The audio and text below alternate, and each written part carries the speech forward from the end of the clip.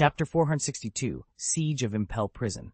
A sleek black submarine rode the glassy surface of the sea, its hull nearly invisible against the water. On deck, Charles studied the large display screen. Impel Prison is just ahead, he announced. No one could have guessed that this endless ocean concealed a massive iron gate. Before them towered an enormous portal, Justice's Gate, the only entrance to the dreaded fortress.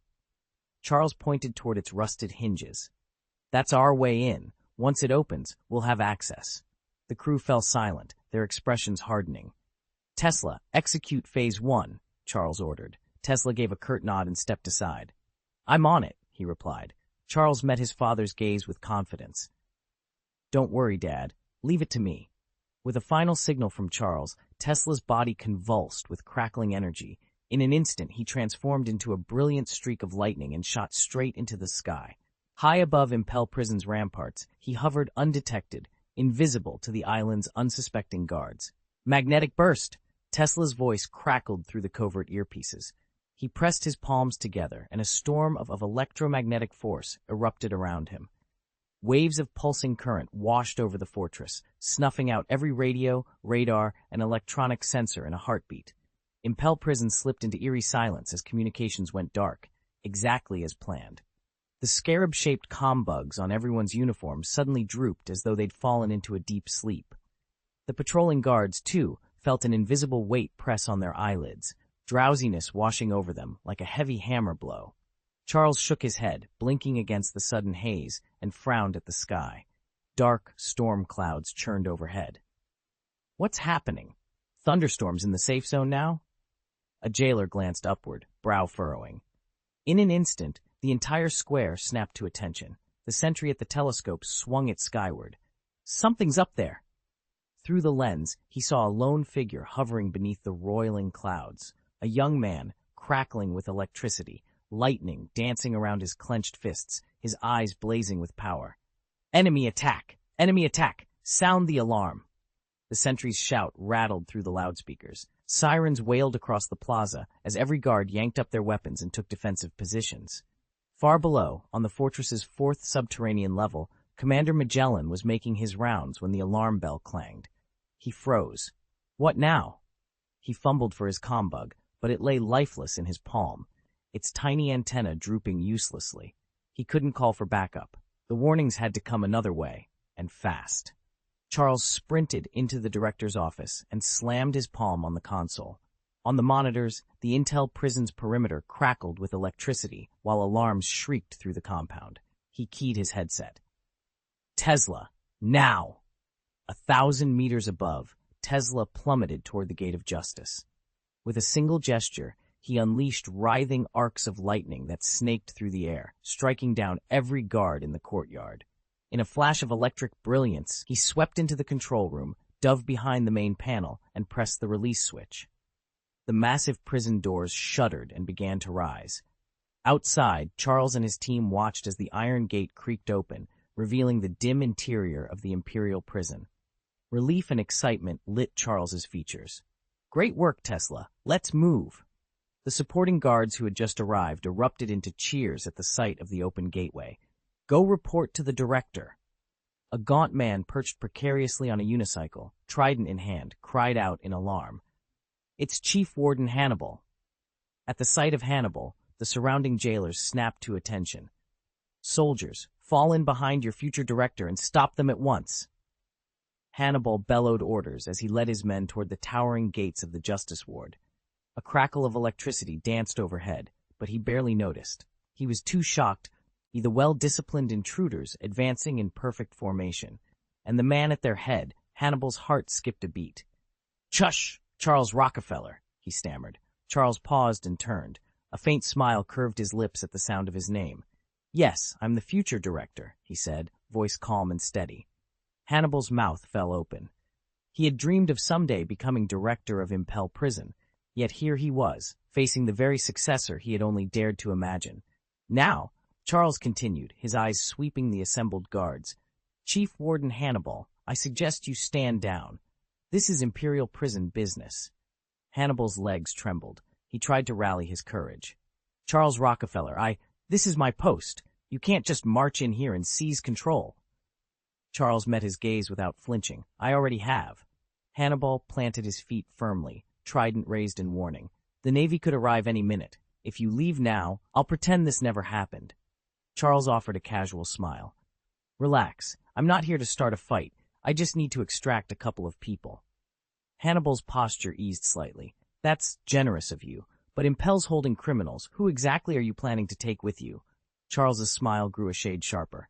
Sky, the Golden Lion, and Patrick Redfield, the Red Earl. At those names, Hannibal's face drained of color. Impossible, he blurted out.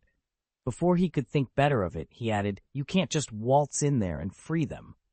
Watch me, Charles replied coolly. He leveled a finger, and in that instant, Robert and Deidara stepped through the corridor's shadow. Robert's grin was predatory. Hands off. These two are ours. Out of the way, Deidara snapped, cracking her knuckles. Without another word, the pair lunged toward Hannibal's position, weapons at the ready. Charles motioned for his team to move in behind them. Hannibal's heart pounded as he realized he was outmatched. Beads of sweat traced his temples. Stop right there, he shouted, but his trident shook in his grip. Charles paused only to flash one last confident smile before advancing alongside Robert and Deidara, every step bringing them closer to their targets.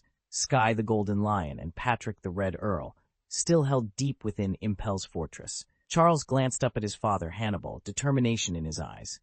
Father, teach me here. Before Hannibal could reply, Tesla, the prison's chief warden, stepped forward and bowed slightly. Very well, he said. Charles nodded once, then strode toward the yawning entrance. With a firm push, he descended the metal staircase into the first sub-level, Red Lotus Hell. Moments after his feet touched the dank corridor floor, shouting drifted down from above, mingled with the wail of alarms. A group of prisoners glanced up nervously, shouting among themselves. What's going on up there? Did someone break in? No one had a clear answer, but their hearts pounded at the thought of a prison riot. One inmate slammed both hands on the bars of his cell, craning his neck for a better view. Suddenly, heavy footsteps thundered down the passage. Halt them, a guard barked. What? Another voice shouted in alarm. A piercing scream split the air, then a massive crash rolled through the corridor.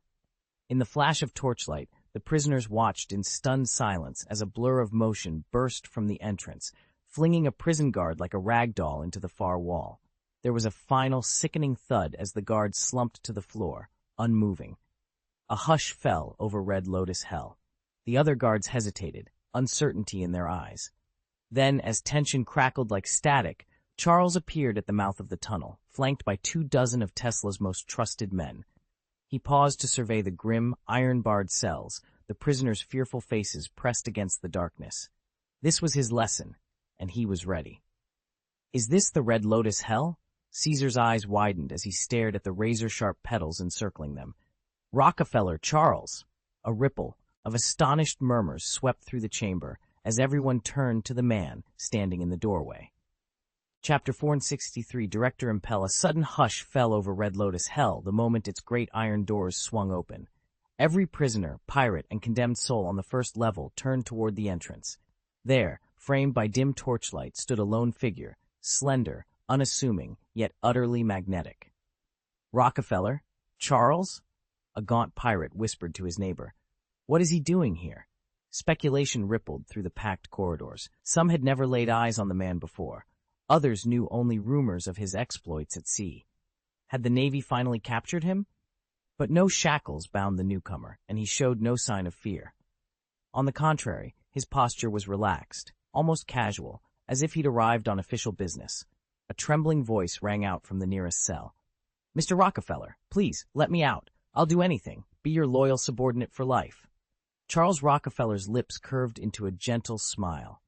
His sharp eyes swept over the half-starved prisoners crouched behind iron bars. Despite their desperate pleas, his expression remained calm and almost kind.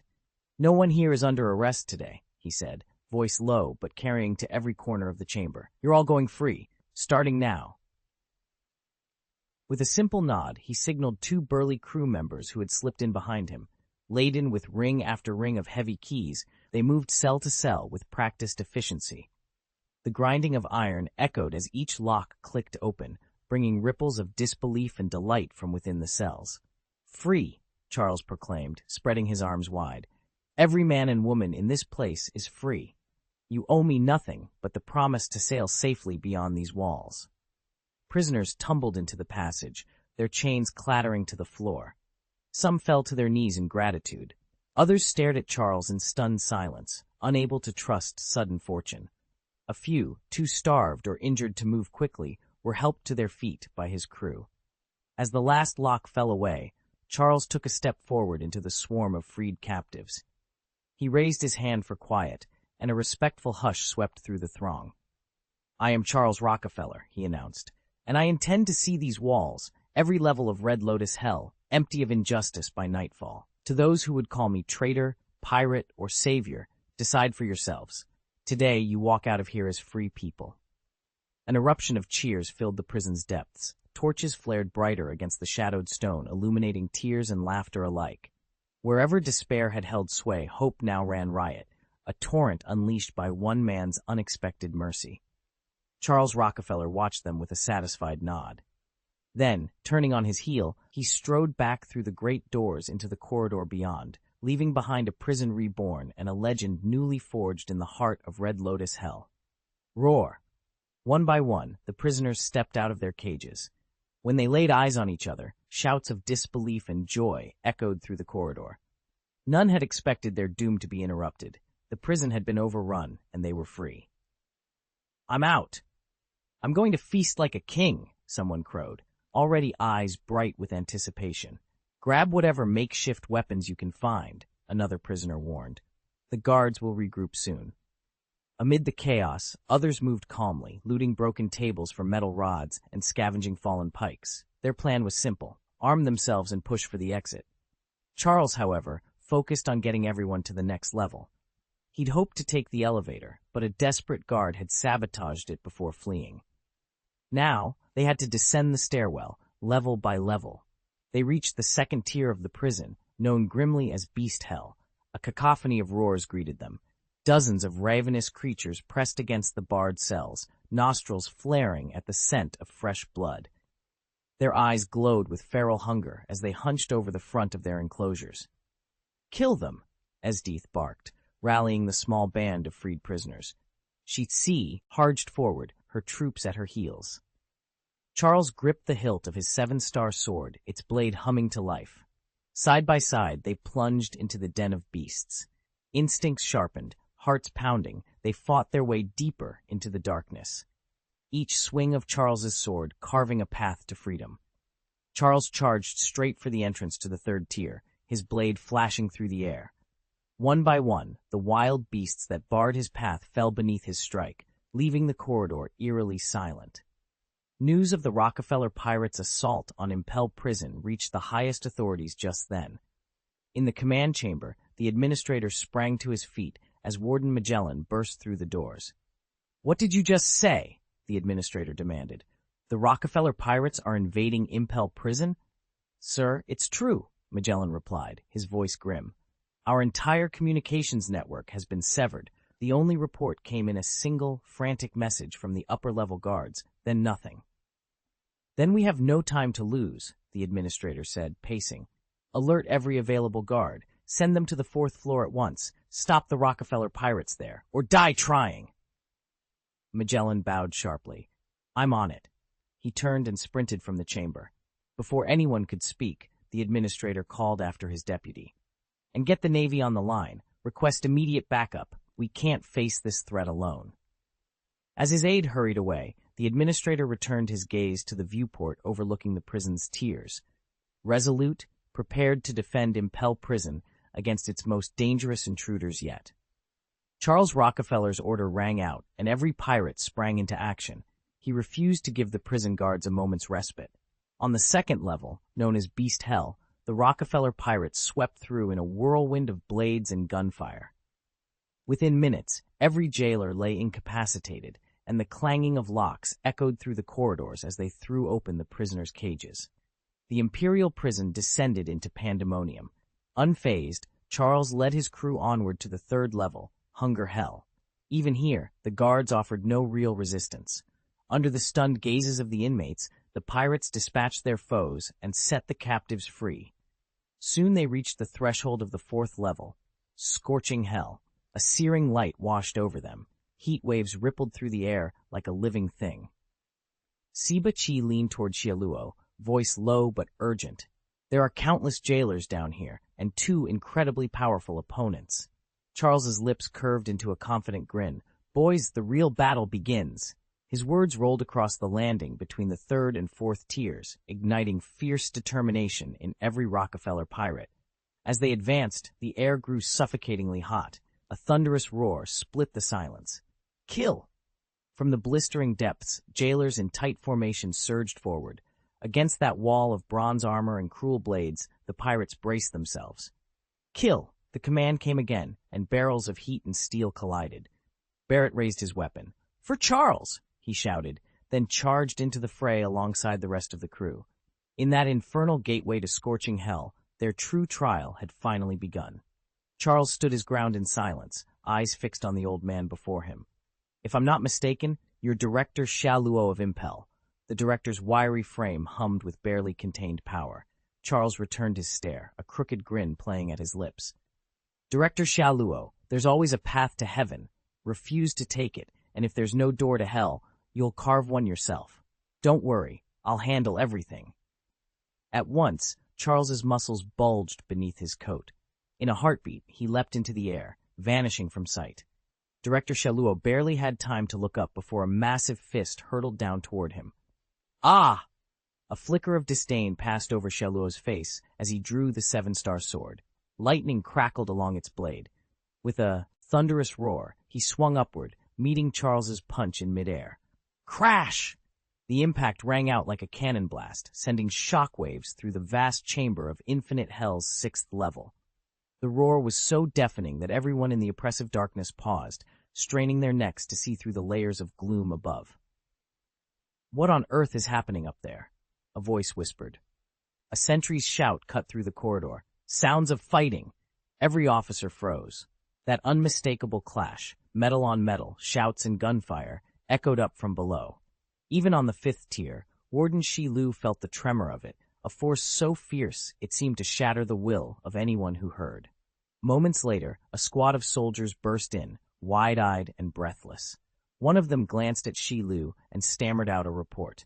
Warden, sir, the Rockefeller pirates have penetrated the prison. The director orders you to proceed to level 4 at once. Shi Lu's eyes narrowed. He seized the guard's tunic. The Rockefeller pirates? How in heaven's name? Imperial prison has never been breached. Its very existence is a secret. The guard swallowed hard, fear and urgency in his voice. Sir, it's no mistake. They're in the compound, led by Charles Rockefeller himself. Shi Lu let go with a sharp snort, smoothing down his uniform with deliberate calm. Very well. He pivoted on his heel, boots clattering on the steel grate. Show me the way. As he raced down the stairwell, past empty cells and armored checkpoints, the distant roar of battle grew louder. On level 4, the Rockefeller pirates were fighting their way through the last lines of defense, and Warden Shi Lu, sworn to uphold the impenetrable fortress of Impel, was about to meet them head-on. Charles sprang forward, sword flashing in the dim corridor. With a single, expertly aimed strike, he sent the Impel-down director hurtling into the rough stone wall. The impact echoed like thunder, leaving the warden slumped and gasping on the floor. Don't be reckless, the director rasped, efforting to rise through the pain. Charles slid his blade home without a word and advanced another pace. Warden, he said coolly, you'll keep your hands off Rockefeller. From the shadows came a low, menacing chuckle. Magellan stepped into view, his skin darkening as noxious vapors seeped from every pore. The miasma coalesced into the form of a gigantic dragon, scales glistening with venom. Its roar filled the hall as it reared back, ready to strike. Charles braced himself, eyes narrowing. This battle was about to become deadly. Chapter 464, Battle on the 4th Floor. Charles froze when Magellan suddenly appeared, a dark river of purple venom coursing from his wounds. His heart hammered in his chest as he caught his breath. Dad, let me handle this, he shouted. In that instant, Caesar charged in. His body, part man, part dragon, loomed over Magellan as he swung his guandao in a powerful arc. With a thunderous crack, the blade struck the marble floor, shattering tiles, and Magellan barely slipped away. Dragon General Caesar, Charles called urgently, Magellan's cold eyes fixed on his opponent. "So you're the one they call Caesar," he sneered. "Very well, your match is me." Caesar planted his feet, raising his guandao. "Poison dragon," he growled. "Face me." Magellan didn't hesitate. He swept his hand through the air, and from the swirling droplets of venom a massive dragon coalesced, its scales gleaming sickly purple, its fangs dripping acid. The beast lunged at Caesar with a deafening roar. "Watch out," Charles warned. "That venom will kill you on contact." Caesar responded with a fierce snort. "Hot breath," he bellowed, channeling the scorching heat within him. A roaring fireball erupted from his mouth, illuminating the chamber in an orange glow. The fireball slammed into Magellan's poison dragon. With a series of sizzling hisses, the dragon's form began to melt away, purple vapors curling into the air. Under Caesar's blazing onslaught, the living venom dissolved until nothing remained but a few drifting wisps of toxic smoke. Poisonous gas billowed through the door. Anyone too close, whether jailers or Charles's own crew, went down in an instant, convulsing on the stone floor. Magellan's lips curved into a predatory grin. "He's yours, Caesar," Magellan called. Caesar's face went pale. "Oh no, how could I be so careless?" He'd meant to intimidate, not inflict mass poisoning. Now his error lay bare, and it stung.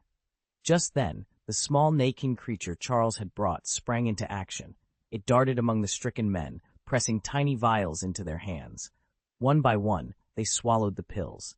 Their breathing steadied, color flooded back into their cheeks, and groans of distress turned into relieved coughs. Magellan's brow shot up. "They're using antidotes? But those antidotes were mine." Before he could press his advantage, Caesar charged forward, guandao raised. He didn't rely on fancy blade work, only raw strength and gravity behind his swing. Boom! Magellan slammed his forearms together, channeling his dread aura into a solid block. The force still sent him skidding backward across the floor, but his iron defenses held firm. Not a scratch marred his armor. "Asshole!" The chief warden, still reeling from Barrett's earlier strike, shook his head and lunged straight for Charles. But before he could close the distance, a massive black shape hurtled into him. Impact, crack, and the warden crumpled to the ground again. Barrett stepped forward, crackling with energy. "Your fight's with me now." He cracked both knuckles and unleashed a rapid flurry of punches. Boom, the battle was on. Charles watched in awe as Barrett parried and countered.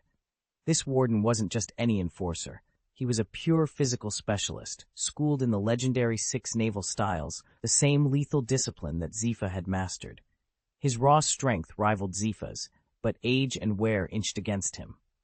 Barrett still held the edge. All around them, the prison guards Barrett's team had subdued lay sprawling, too overwhelmed to mount a counterattack. Barrett's blows echoed off the concrete walls as he pressed the warden back, each strike pushing the older man closer to defeat. Barrett threw one final haymaker that sent the warden sprawling unconscious. Panting, he turned to Charles. "We've got what we need here. No point in lingering." "We don't have much time," Charles agreed. "Let's move to the 6th floor." He darted toward the stairwell entrance on the 5th floor landing. A blast of frigid air greeted him as he pushed open the heavy door. Nearby, Esdeath Execu, Ted the last guard on watch without hesitation, and decided there was no reason to bring any prisoners with them. Together, Charles and Esdeath stepped into the dimly lit corridor. A cold wind swept down the hall, carrying the distant sound of alarms as they prepared to press onward toward the 6th floor. Charles spotted Yu Shiliu barreling toward them, the long knife swinging at his hip and the metallic tang of fresh blood clinging to his clothes. He could tell at a glance that Shiliu had just made a kill. A faint smile played at the corner of Charles's lips as he studied the newcomer, but Shiliu looked anything but confident. Sweat beaded on his forehead the moment he met Charles's gaze. After all, anyone intent on becoming a great swordsman would know the name of the world's greatest blade master, Rockefeller Charles.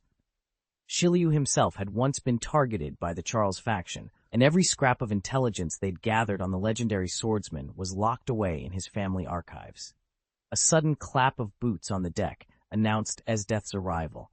She launched to her feet, sweeping her dark hair from her face. "Father, leave this to me," she called, voice calm yet steely. In that instant, Esdeath seemed to ignite with fighting spirit. Her instincts told her that Shiryu would be a worthy adversary. With a flick of her wrist, her gleaming sword flashed free of its scabbard, cutting through the air as she charged.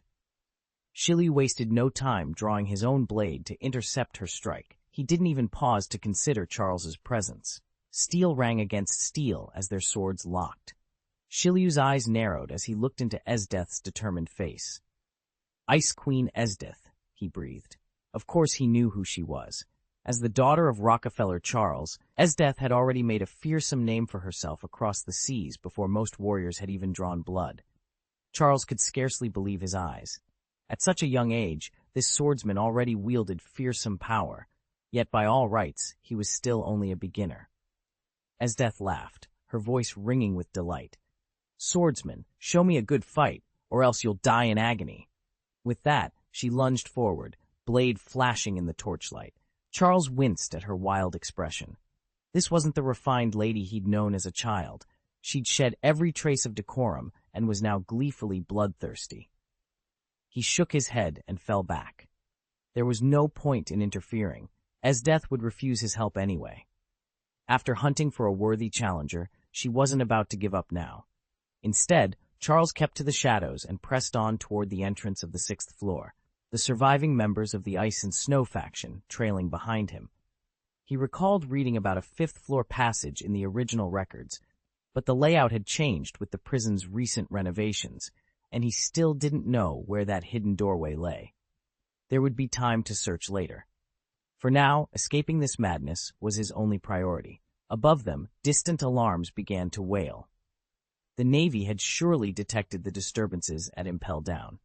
Back at headquarters, an officer barked into a recorder, "Marshal, we've just confirmed abnormal activity within the prison complex." Charles steeled himself and urged the others onward. The next threshold awaited, and beyond it, freedom, or something far more dangerous. A young officer barreled into the Fleet Admiral's office without knocking. "Sir, we've lost all contact with Impel Down."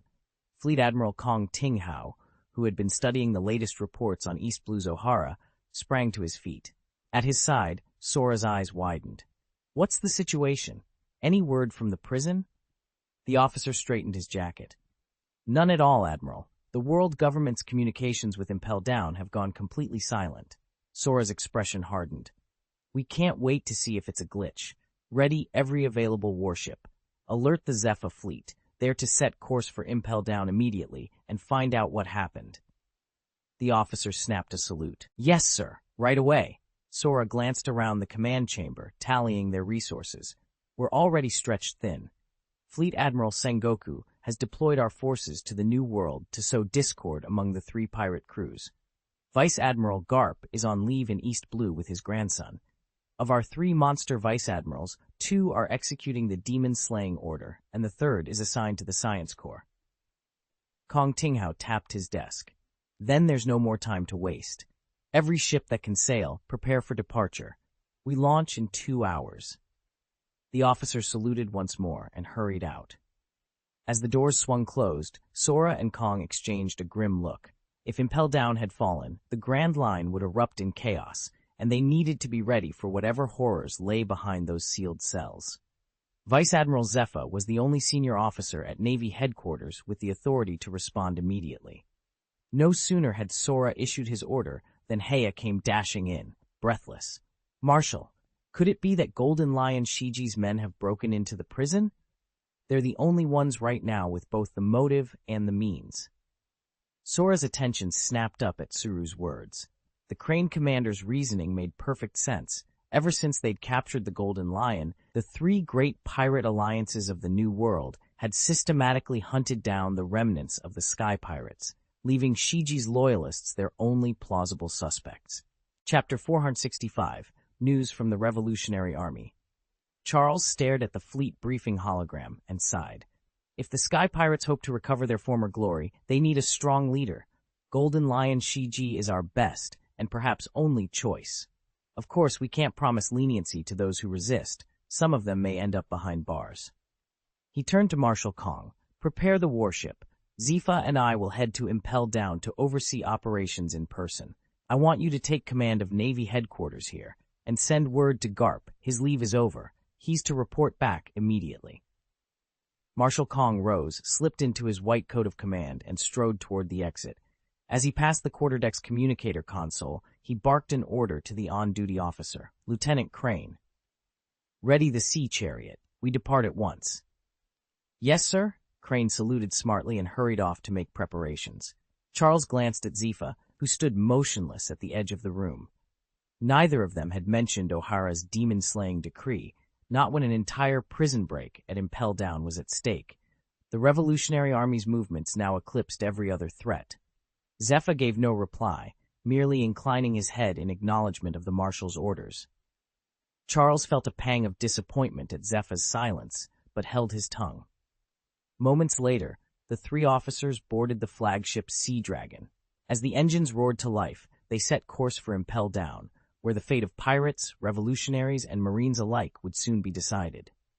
St. Wulauk Singh reclined on the polished marble sofa in Marigyoa Pongu City's council chamber, his expression grave. Sage Nosturo, sword in hand, gripping the legendary first-generation Ketsu, 5 old stars, broke the heavy silence.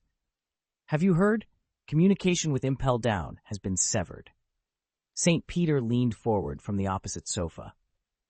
"I only just received word. Admiral Kong is already en route with Fleet Admiral Zephyr to reinforce the prison. They shouldn't be long." St. Satan frowned. "Naval intelligence points to the remnants of the Sky Pirates stirring up trouble down there." "It fits," St. Peter agreed.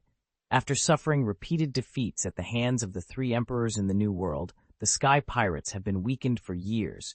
They desperately need to free Shiki, the Golden Lion." St. Wuchuli tapped a finger on his armrest. "We cannot allow a single inmate to escape. If those tens of thousands of vicious pirates break loose, the damage to world stability would be unimaginable." Ma Sheng's eyes flashed with anger. Around the table, the other saints exchanged grim looks. Indeed, if the prisoners of Impel Down were to regain their freedom, neither the world government nor the Navy could contain the ensuing chaos. The shockwaves were unlike anything they'd ever seen. Impel Down, unbreached and unescaped since its inception, had lost its aura of invincibility. Its legendary security now risked becoming a punchline. St. Satan's voice cut through the stunned silence. "The Navy still isn't strong enough. With so much uncertainty out there, the Fleet Admiral has to step in. What if something happens to Malinfando? Can he handle the fallout on his own?" St. Wuchuli responded at once. "No, the Navy is already formidable. Between the elite task forces at headquarters and the hundreds of thousands of sailors patrolling the 4 seas and the Grand Line, our naval strength is more than adequate." St. Peter inclined his head in agreement, and the room fell silent. No one dared challenge the assertion. At length, Nasi Sholangsheng spoke up. "We must wait for official word from the Navy. Meanwhile, our World Government Intelligence Unit, CP0, needs to be deployed." He rubbed his temples. "Unfortunately, the newest recruits are still in accelerated training. We simply don't have enough operatives on hand." St. Satan let out a weary sigh. The gravity of their predicament weighed heavily on them all. "Gentlemen, I have startling news," Elder Satan announced, sliding a dossier across the polished oak table. The other 4 elders of the world government leaned in as he continued. "A revolutionary army has formed in the South China Sea, led by none other than that upstart Dragon." St. Nashu frowned as he scanned the report. "Dragon? Garp's own son?" He slammed his fist onto the table. "How dare he turn his back on the Navy and incite rebellion like this? Such defiance must not go unchecked." St. Watt, known for his quiet scrutiny, studied the portrait of a cloaked young man stamped in the dossier. "Do we know if Garp has been informed?" St. Nashu shot Elder Satan a pointed look. "Surely you've looked into this." Satan shook his head, a hint of frustration in his voice. "I've no direct word from Garp himself. Are you suggesting we alert him?" Before anyone could answer, Elder Peter cleared his throat. "Garp is currently occupied with his grandson down in Windmill Village at his seaside home. I have agents shadowing him, but there's been no response from the old hero." Elder Satan produced a set of grainy photographs. "Behold, Grandfather Garp and his namesake, the little boy, going for a walk near the windmill. If Dragon truly has cast off his naval ties, perhaps Garp won't interfere out of concern for his grandchild's safety." St. Nashu's eyes narrowed. This complicates matters. If Dragon's revolutionary ideas take hold, they'll spread like wildfire. We must decide. Do we confront Dragon directly or squeeze Garp for answers, despite his current distractions?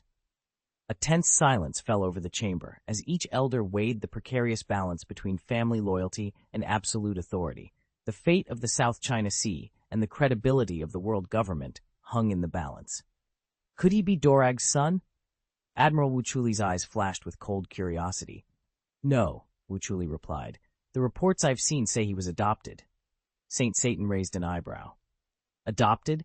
Do you think there's any chance he's Roger's child? Admiral Nalingsheng frowned, recalling the massive South China Sea operation a year ago, the one that slaughtered countless pregnant women in the hunt for Roger's offspring. In the end, they found nothing. No, Nasho said firmly. Roger's child would have to have been born by 1499 at the latest. But Garp's adopted son is recorded as born in 1500, so it can't be him. Saint Satan shook his head in agreement. Nashu Langsheng exhaled a sigh of relief. Then we won't interfere. Even Garp can't lay a hand on him now. His reputation is too great. The world government won't act against him without a solid reason. Just keep him under observation. The others nodded. Thanks to Garp's collaboration with both the Navy and the pirates, his heroic legacy was unassailable. Countless Marines entered the service, inspired by his sense of justice, and many more rallied to his banner. He may not lead a formal faction, but at the grassroots level, the entire Navy stood firmly behind Garp. There's no way they'd casually dispatch Garp, and Dragon is an even tougher nut to crack. But let's not forget that in public, he always goes by Monkey D. Dragon. What bearing does that have on someone calling himself Monkey D. Dorag? Senior officers won't risk a rift over a mere name. They'll wink and nod. Upper management already knows the truth. There's no need to let the lower ranks in on it. The Navy isn't thick-skinned enough for that. If the enlisted men learned that their top brass had long favored this man, grooming him for admiralty only to have him turn traitor, it would be a stain on the entire service. None of the admirals will breathe a word. Even for Garp's sake, they'll stay silent. Have CP Nero monitor any intelligence coming out of Impel Prison, Maz Sheng ordered. A ripple of agreement went around the room. Ever since Roger launched the Age of Discovery, the world government has been under constant strain. Accusations from newly allied nations, coupled with soaring naval military expenditures, have become a serious headache for the world government's 5 highest-to-sea onmakers. Chapter 466, Rescue. A freezing wind howled through the great prison of Imper as Charles pressed forward, his cloak whipping around him. Around him, the prison's infamous military wolves skulked away, their snarls dying on the icy air. Instinct told them to flee. They had no wish to test this intruder's mettle. Ahead loomed a massive stone door, the gateway between the 6th and 5th levels. Charles didn't hesitate. He threw his shoulder against it, and the stone groaned open, revealing a dim, torch-lit corridor. Flickering lamplight danced on damp walls, casting long, wavering shadows. Close behind him trailed Klein and Slood, the 2 youngest members of his crew. Their faces were pale, nerves jangling with each echoing footstep. Charles had invited them more for moral support than for real help. Few had ever broken into Impel Prison, and he'd expected fiercer resistance. But the guards, spoiled by 8 centuries of unchallenged peace, were unprepared. In seconds, the corridor lay empty, their complacency shattered. Who would have guessed that the Rockefeller pirates themselves would lead an assault here? Yet here they were, and the crack of each boot against stone, thud, thud, thud, heralded the first breach in an 800-year reign of security. Charles's footsteps rang sharply against the stone slabs as he ascended to the 6th level of Infinite Hell. The tier lay in heavy silence. Dozens of pirates froze in unison, all eyes trained on the distant entrance. With each measured footfall, tension wound tighter. A suffocating pressure bore down on every prisoner. At the chamber's center, Shiji the Golden Lion and Patrick Redfield, the Red Earl, sat shackled to a raised platform. Hearing the approach, they snapped upright, their eyes wide in disbelief as they stared down the shadowed corridor. Then a deep, triumphant laugh boomed through the hall. "Ha ha! Don't you welcome me?" The voice echoed off the stone walls, stirring a sudden draft in the still air. From the gloom emerged Charles Rockefeller, draped in a lavish white and gold robe, hands clasped behind his back. He carried himself with the calm, unshakable confidence of legend-made flesh. "My lord, Charles Rockefeller." The whisper spread like wildfire among the captives. A collective gasp rose. It had been 1,480 years since Charles Rockefeller first erupted onto the world stage in 20 AD. His debut had been the pinnacle of his storied career, joining the Rockefeller Pirates and swiftly ascending to captain of the 8th Division, a feat that shook every sea. And now, after centuries lost to myth, the man himself had returned. After the fall of the old pirate king Rockefeller, Charles Rockefeller struck out on his own, founding not one but 4 legendary pirate fleets in the New World. His flagship, the Rockefeller Pirates, became the stuff of myths, a crew famed for peerless swordsmanship, led by a captain acclaimed as the greatest duelist alive and the most formidable man on the seas. Charles's fame, power, and wealth sparked envy in every port from Dawn Island to the Grand Line. "Ha ha ha! I knew it! I knew you'd come for me, Charles." A thunderous roar shook the iron bars. On the ship's 6th deck, the golden lion Shiki sprang to his feet inside a massive cage, his golden mane bristling with excitement. He slammed his fists against the steel railing, eyes gleaming. "Brother, do me a favor. Open this damned cage. I'm dying to get out there and show the new world what the golden lion can do." Charles Rockefeller studied him with an amused smirk. "Shiki, you look a bit extravagant for an inmate." Unfazed, Shiki threw back his head and laughed, a wild, echoing sound that rattled every cell on the floor. Immediately, other prisoners pressed against their bars, hope lighting their faces. "Captain Rockefeller," one rough-voiced pirate shouted. "Name your price. I swear my blade to you if you'll just set me free." "I'll follow you to the ends of the earth," cried another, banging fists on the iron. Charles let their voice as wash over him, torchlight dancing across his calm features. He took a single measured step towards Shiki's cage, the clink of his boot echoing in the corridor. With one hand, he reached out and grasped the heavy lock. Around him, a hushed anticipation fell. In a moment, legends would be reborn, and the new world would tremble once more. The iron bars rattled as dozens of inmates pressed against Charles's cell, voices rising in a clamorous chant. "Captain Rockefeller, I'll join the Rockefeller Pirates." "Sir, let me be your hound and clear every obstacle from your path." They pounded the railings with desperate fervor, each hoping to catch Rockefeller's eye. But Charles ignored them completely. In his hand gleamed the 7-star sword, its 7 points reflecting the flickering torchlight of the prison yard. With measured steps, he approached 2 adjacent cells at the far end, one holding the notorious Golden Lion, Shiji, the other containing the feared Red Earl, Patrick Redfield. Patrick Redfield met Charles's gaze with a calm, almost amused smile. There was no shout of surprise, no demand for explanation, just that quiet, knowing expression. Charles's sword slashed through the air and bit into the iron bars. In a single, fluid motion, he severed the partition between Shiji and Redfield, then flicked his blade again to snap Redfield's cell door free of its hinges. Shiji's roar of laughter echoed through the yard. "Ha ha! Brother, Shiji, will never forget this kindness." He lunged forward, arms wide, ready to embrace Charles. But Charles stepped neatly aside, sheathing the 7-star sword with a muted click. Behind them, the other prisoners fell silent, wide-eyed at the sudden twist of fate. Now truly free, the Golden Lion and the Red Earl stood side by side, their unexpected savior unwaveringly composed. Renewing in the hush, Charles simply nodded once before turning away, ready for whatever came next. Charles's lips curved into a teasing smile. "You smell just like me. I'd rather not get that close." Golden Lion Shiji, caught off guard, turned an embarrassed shade of crimson. Charles sauntered over to the Red Earl and extended his hand. "So I hear you lost to Garp. Honestly, I find that hard to believe." The Red Earl's easy grin vanished in an instant, replaced by a haughty sneer. "Ha! You clearly don't know the facts. That so-called cyborg Kong, Navy Marshal Kong, he didn't stand a chance. I flattened him. And as for Garp, he only managed to catch me off guard once." Shiji shook his head, amusement dancing in his eyes. "I'm far too entertained to argue with you." The Red Earl flicked his cape dismissively. "Fine, Shiji's right about one thing. I did beat Sora, no question. But then Garp showed up and put me in my place." Charles chuckled at Shiji's slack-jawed reaction. Shiji blinked, disbelief written all over his face. Very few people know that, he murmured. I also picked up the news through a private channel, Charles said, folding his arms across his chest. He turned to face the towering figure beside him, Golden Lion Shiji, who had just vouched for the Red Count. At first, Shiji's face went rigid. Then he let out a laugh that echoed through the chamber. Ha! He's only a Navy Marshal, the Golden Lion scoffed. Taking him down would be child's play. I have other business to attend to, so you go first.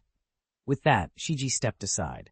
But the instant his back was turned, his broad shoulders sagged, and the corners of his mouth twisted in sudden bitterness. Charles watched him retreat, a strange emptiness filling his chest. Though Shiji still stood well above most men, there was something unsteady in his stance, an unspoken weariness. Turning away, Charles approached the row of cells lining the cavernous hall. He pressed his hand to the bars and, with a thought, unlocked each one in turn. Fewer than 50 prisoners called this sixth level of Infinite Hell home, mostly unarmed criminals whose only offense had been to cross the world government. A handful, though, possessed enough skill to rank ahead as Lieutenant General tier fighters. Their confidence faltered when they saw Charles release their shackles. To them, and to everyone else here, he offered nothing more than a calm nod before he ushered them toward freedom. Chapter 467. Escape from Impel Down. Thud! Thud! Thud! Golden Lion Shiki snatched up his Kuseki Sakuraju and strode back through the dim corridor. He planted the barrel against his shoulder, glancing at Charles, who was still deep in conversation with the Red Earl.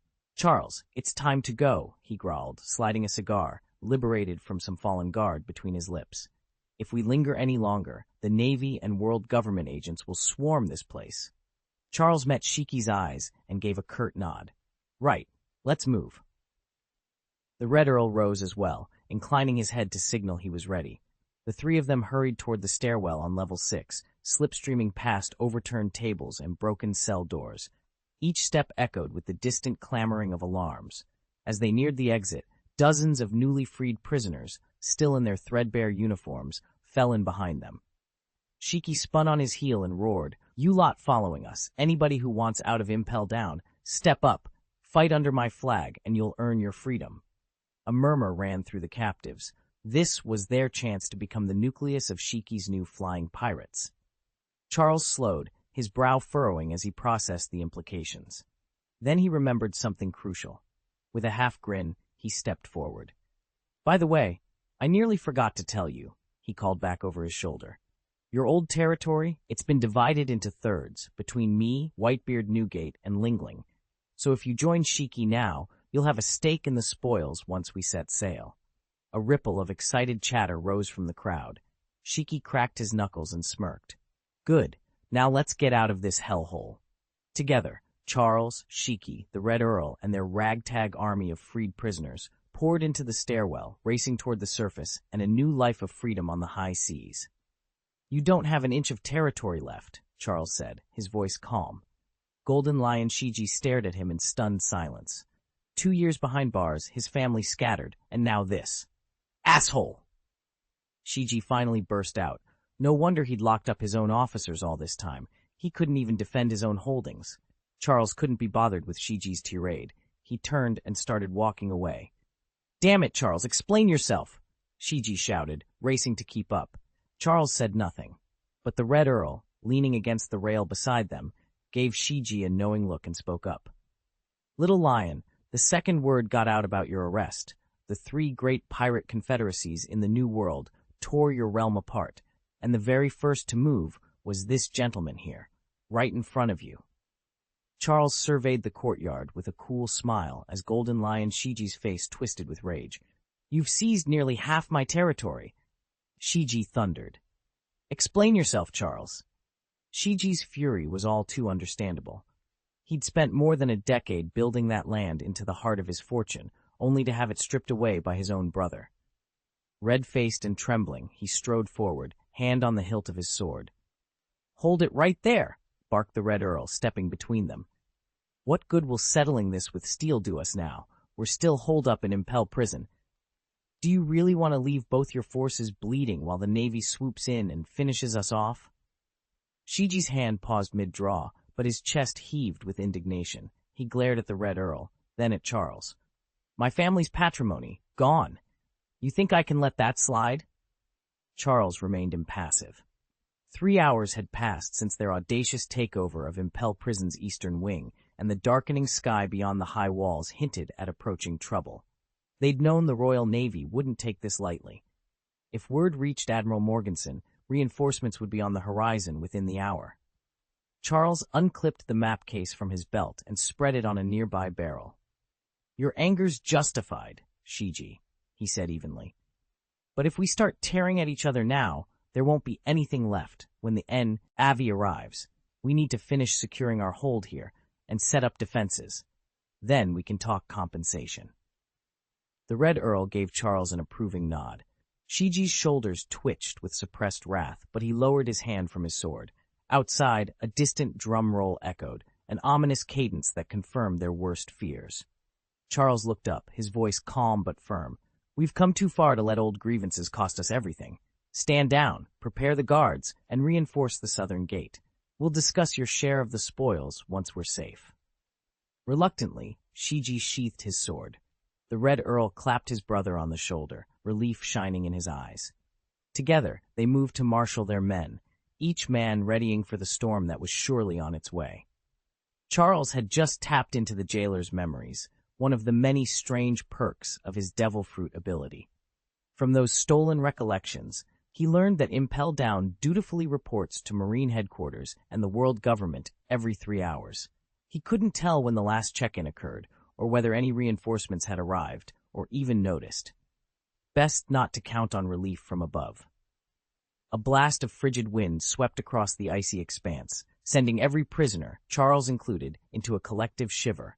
Before them lay the 5th level of Impel Down, ominously nicknamed Frozen Hell. Snowdrifts rose like pale monuments, and the icy air burned lungs with every inhale. One of the weaker inmates, teeth chattering, managed to croak, "What is this place, anyway?" Charles just shrugged. He'd heard the legends before arriving here.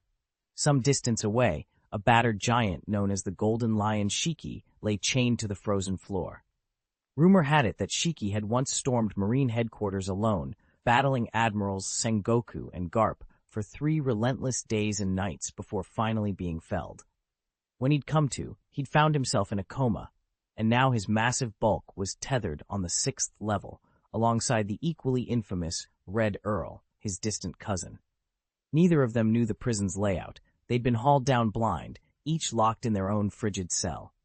A grizzled inmate with frost-bitten fingers leaned in and whispered to Charles, "This is the 5th floor, Frozen Hell. If you want more details, maybe you'll find them on your way out, if you ever leave." Charles didn't bother responding. With a steely glance toward the stairwell leading down to the 4th level, he set off at a brisk pace. As he moved, the hollow clang of metal echoed through the corridor, and somewhere ahead, the unmistakable ring of swords colliding warned him that company was near. Everyone froze, everyone except Charles. A low murmur ran through the onlookers. "There's a fight," someone whispered. Nervous tension spread among the prisoners. Golden Lion Shiji stood off to one side, cigar clenched between his teeth, a predatory gleam in his eyes. The Red Earl, after a moment's unease, regained his composure and stepped forward. Up ahead, 2 figures clashed in a flurry of steel, Esdeath and her opponent, Amino Shiru. "Huh," Shiji drawled, exhaling a plume of smoke. "If I'm not mistaken, that's your eldest daughter, Esdeath. Only 20, and she's already on the brink of true mastery. Her talent isn't half bad, rivals your own, I'd wager." Even the Red Earl gave a half-smile, acknowledging his daughter's honed technique and ironclad foundation in the sword arts. Charles couldn't help but let the corner of his mouth twitch upward at their praise, but his smile faded as he stepped forward, voice laced with steel. "This pointless sparring ends now. That boy is my prey." Golden Lion Shiji's grin turned cold. His eyes locked onto Yujilyu, crackling with lethal intent. Charles tensed, about to object, but Shiji wasted no time. With a sudden movement, he unleashed a blade of sword chi that streaked toward Ame no Shiru's back. A sudden whir behind him chilled Shiryu to the bone. Not good, he thought, abandoning any hope of continuing his fight with Esdeath. Whisked aside just in time to evade her brutal strike. As he spun to face this new threat, Shiryu's jaw dropped. Standing before him were Charles Rockefeller, the Golden Lion Shiji, and the Red Earl Patrick Redfield, each eyeing him with cold intensity. Behind them, a line of formidable prisoners snickered at his surprise. Sweat broke out on Shiryu's forehead. "Who are you?" he managed. Esdeath snarled, her lips curling with fury at the interruption. But when her gaze fell on Golden Lion Shiji, celebrated almost as much as his legendary father, her fury dimmed to shock. Shiji threw his head back and laughed, his golden hair fanning out like a halo of sunlight. He rose effortlessly into the air. "Surprised to see me again, Shiryu?" Shiji called down, amusement dancing in his eyes. "Thought you'd never face the might of a true swordsman again? Well, today I'll be happy to show you." Floating above them, Shiji's twin blades shimmered and warped, one moment charred timber, the next a writhing shadow. With a confident grin, he readied his deadly display. "Chop!" A thunderous shout rang out as two perfect arcs of sword energy tore through the air toward Yujiro. Their blistering speed made every bystander's eyes widen in shock, and Shiryu's heart pound so hard sweat beaded on his brow. Without a moment's hesitation, he thrust his blade forward. Lightning crackled along the edge, and a brilliant blue slash shot out to meet the twin sword Chi head-on. Chapter 468, Escape from Impel. The enemy's devastating slash shattered against Shiji's twin lion force before it could reach him. His golden mane aura absorbed and dissipated the blow in an instant. Yet the two shockwaves still hurtled down the corridor like splintering bamboo, aimed straight at Shiryu. Caught off guard, Shiryu had no time to dodge. He planted his feet and met the waves head-on with his blade. Clang! Metal rang out as both shockwaves slammed into Shiryu's sword. The backlash drove him flying backward for dozens of meters until he crashed through the passage linking the 5th and 4th floors. Blood spattered across the stone, but Shiryu wasted no time. He rolled to his feet and bolted for the exit. "Shh!" Shiji growled, a flash of impatience in his eyes. "If you weren't so weakened, if you could muster even half your strength, I'd fell you with a single strike in my prime." Despite casting off the Sea Tower Stone's restraints, Shiji stilt the lingering toll of 2 brutal years inside Impel Prison. His power hadn't fully returned. Charles stepped forward, urgency in his voice. "Enough talk. We've got to move before more guards arrive." Shiji snapped out of his reverie. Together, they melted into the shadowed corridors, every step carrying them farther from the prison's iron grip. Charles led the group up to the 4th floor. Oddly, they'd clearly been following Shiryu's trail, but although Shiji's blow had left a deep gash in whatever it was he'd struck, Shiryu himself had vanished. Charles scanned the corridor. No sign of him. Some hidden mechanism must be at work, providing a perfect hiding spot. He pushed the thought aside and pressed on. The moment Charles opened the door, chaos hit him. Explosions rocked the hall. Twin clashes of steel rang out, punctuated by desperate screams.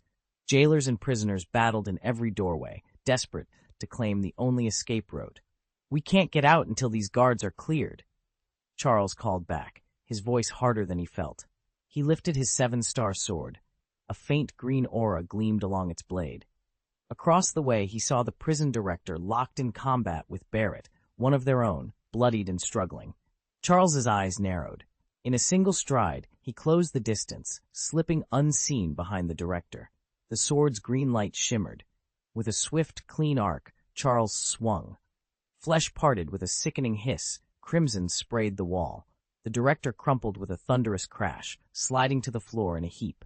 Charles didn't hesitate. He raised his sword again, ready to carve a path through the pandemonium, and finally secure their escape. Charles stumbled into the room, hacking in sudden, uneven bursts. The director's eyes snapped open at the sound, but when he saw Charles flanked by 2 ominous figures, he broke into a violent coughing fit. Between spasms, he managed, "You Rockefeller, Charles, how dare you free the world government's prisoners?" Struggling to his feet, the director's face flushed crimson. "Ha! If I lacked courage, I never would have sailed the Grand Line as a pirate in the first place." Charles drew his slender blade, its edge gleaming in the harsh lantern light. He turned to the man beside him, a towering youth named Shiji, and spat, Ignore his bluster. One clean strike is all we need. Shiji grinned, brandishing the Sakura 10 dead tree like a grim bouquet. In a heartbeat, he lunged, the tip of his weapon aimed squarely for the director's skull. The director, bruised and bloodied from a wound across his back, met the assault head-on. Channeling his Busoshoku Haki, he hurled a gloved fist towards Shiji's chest. Boom! The blade and fist collided in a thunderous shockwave that rattled the room's barred windows. Dust and parchment fluttered to the floor. Shiji staggered back but kept his grip on the Sakura 10 dead tree. A crisp voice cut through the ringing silence. "Can you handle this all by yourself?" From nowhere, the Red Earl materialized, black parasol in hand, the same one he always carried. He had been passing an adjacent interrogation chamber when he glimpsed the old director slumped against the wall. Now, he stood between Shiji and the wounded man, calm and collected. Charles sheathed his sword with a single, fluid motion and stepped forward. "Thank you for arriving," he said quietly to the Red Earl. Then, turning once more to the director, he added, "Your orders came from the very top. You knew what would happen if you crossed us." The director gaped, breathing heavily. Around them, the prison ward fell silent, guards frozen in shock. Only the faint drip of blood from the director's wound broke the stillness. Charles folded his arms. "There's your answer," he said, and with a nod to his two allies, he began to march the director out of the cell. The man who once ruled this facility now trailed behind a boy pirate and his deadly crew, proof that true courage sometimes wore an unexpected face. "Asshole, this is my fight!" snarled the Red Earl. Golden Lion Shiji bristled at the outburst. "Now's not the time for infighting. If we don't take him down, none of us will make it out alive." Charles surged forward, sword aimed squarely at the prison administrator's chest. With a lifetime of combat behind him, the old general, now reduced to overseeing Impel Prison in his autumn years, sidestepped effortlessly. His reflexes betrayed countless battles fought long ago. Charles Rockefeller, Golden Lion Shiji, and Patrick Redfield formed a tight triangle around their prey. Gravel sprayed in every direction as steel rang against steel. Boom! Boom! The courtyard echoing with their ferocious onslaught. The three assailants struck in unison, driving the aging director back on his heels. Under their relentless barrage, the old man's defenses crumbled. Muscles that had once led armies could barely keep him upright now. Struggling for breath, he could no longer mount a counterattack. Charles and Shiji pressed in, blades inching closer. Whoosh! Charles seized the moment, eyes gleaming as he prepared to deliver the final, decisive strike. Charles's blade hummed with an oppressive, overlord-like energy as it descended upon the director. The weary man, eyes swollen and bruised from countless battles, stared in horror at the most dazzling sword strike he had ever seen, his last. With a thunderous crack, the blade severed flesh and bone. Head and body collapsed separately onto the stone floor with a sickening thud. "Director!" Magellan roared, rushing forward in grief. He stared down at the fallen man, then whirled on Charles, pain and fury in his eyes. "Charles, do you want to die too?" Nearby, Caesar, who'd been locked in deadly combat with Magellan, flinched at the anguished shout. Irritated by the commander's reckless fury, he yelled back, "Get a grip! Don't get us all killed!" Magellan froze at the unexpected rebuke, struggle flickering across his young face. Then, with a grimace, he summoned his venom power. A swirling, emerald-black dragon of poison coalesced around his arm, teeth bared in anticipation. In a blur, Magellan lunged for Caesar. Caesar didn't hesitate. He leapt aside, cursing under his breath. Who would let that lethal venom touch them? No man, even a hardened warrior, would risk it. Magellan, seeing his attack fail, retreated just as swiftly. Stunned by the sudden withdrawal, Caesar shook his head. Without glancing back, he spat, "Get out! Don't linger." Charles surveyed the aftermath. Over an hour of fierce fighting had claimed fewer than 20 of his more than 100 elite crew. He sheathed his blade and nodded once to his companions, steeling himself for whatever came next. Over 700 jailers lay dead, not counting the jailer beasts and other creatures. Charles's years of planning had finally paid off. His elite strike force had proven its worth. Though just over 100 strong, these men were merely the vanguard of an even larger army Charles had meticulously recruited and trained, warriors whose prowess eclipsed even the Navy's finest. With Impel Prison's top defenses neutralized, Nothing remained to stop their advance. In one swift motion, Charles and his team burst out from the fourth level and sprinted toward the open sea. Sunlight, real sunshine, the newly freed prisoners cried, shading their eyes as they gazed up at the sun for the first time in who knew how long. Months, maybe years, in darkness had all but erased their sense of time. Now the warmth of daylight filled them with awe and hope. But as the others rejoiced, Charles, Shiji, and the Red Earl exchanged solemn looks.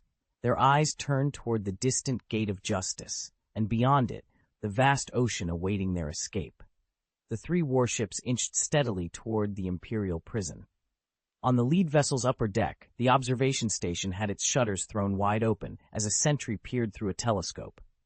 "There," the lookout whispered, "it's Charles Rockefeller, formerly known as Charlotte, alongside of the Golden Lion, Shiski, and the Red Earl, Patrick Redfield." Chapter 469, Escape from Impel Prison. Admiral Kong slammed his telescope shut, his jaw dropping as he stared at the lone figure standing before the gate of justice. "Why is Rockefeller Charles here?" Admiral Zephyr, standing beside him, whipped his head around. Recognition and shock lit up his eyes. "Rockefeller Charles? The Rockefeller Pirates. No, that can't be right. It's not the Sky Pirates. They're the Rockefeller Pirates." Zephyr's face hardened. "There's no time for questions. We must stop them and make sure none of them escape." At his side, Sora tore the marine coat from his back, energy crackling around him. "Understood." Zephyr balled his fists. "Marines, ready yourselves." Down on the docks of Impel Prison, Golden Lion Shiji let out a roar of laughter, twin blades flashing in the sun. "Ha-ha! The Navy's entire command, Fleet Admiral and Admirals, has come to greet us. How charming!" His golden mane seemed to glow as he surveyed the Marines below, bloodlust burning in his eyes. Charles and the Red Earl exchanged eager grins at Shiji's display of fury. "Out of my way," Shiji snarled, stepping forward. "I intend to take the head of the Fleet Admiral. I'll mount the Navy Marshal's head on my banner to announce to the world that my Golden Lion, Shiji, has returned." Shiji crossed his twin swords in front of him and glared at the cybernetic Marine commander, Kong, standing at the bow of the warship. Charles gave Shiji a calm, sideways look. "If you want to fight, pick your time, and this isn't it. We're too close to the Marine base and the World Government prison. The moment they realize we've come to break in, every undercover combat unit within 100 miles will descend on us. Strike fast, then pull back." His words carried across the docks to every rescued prisoner and volunteer who'd followed him here. None dared relax. They knew their freedom wasn't secure yet. Shiji clicked his tongue in mild annoyance, but fell into formation behind Charles. "As you command. I'll go first." Without hesitation, Shiji leapt forward and charged the nearest warship, slicing through the harbor waters. "Hi-ya!" His blades bit into the steel hull, sending sparks flying. At the prow, Commander Kong Jiahu slammed his massive cybernetic gauntlet into Shiji's sword strike, grinning in amusement. "You call that an attack? I heard you lost to the Red Earl. How quaint." He braced himself, ready to unleash a counterstrike. Charles steadied himself on the dock's edge, scanning the fleet now converging on their position.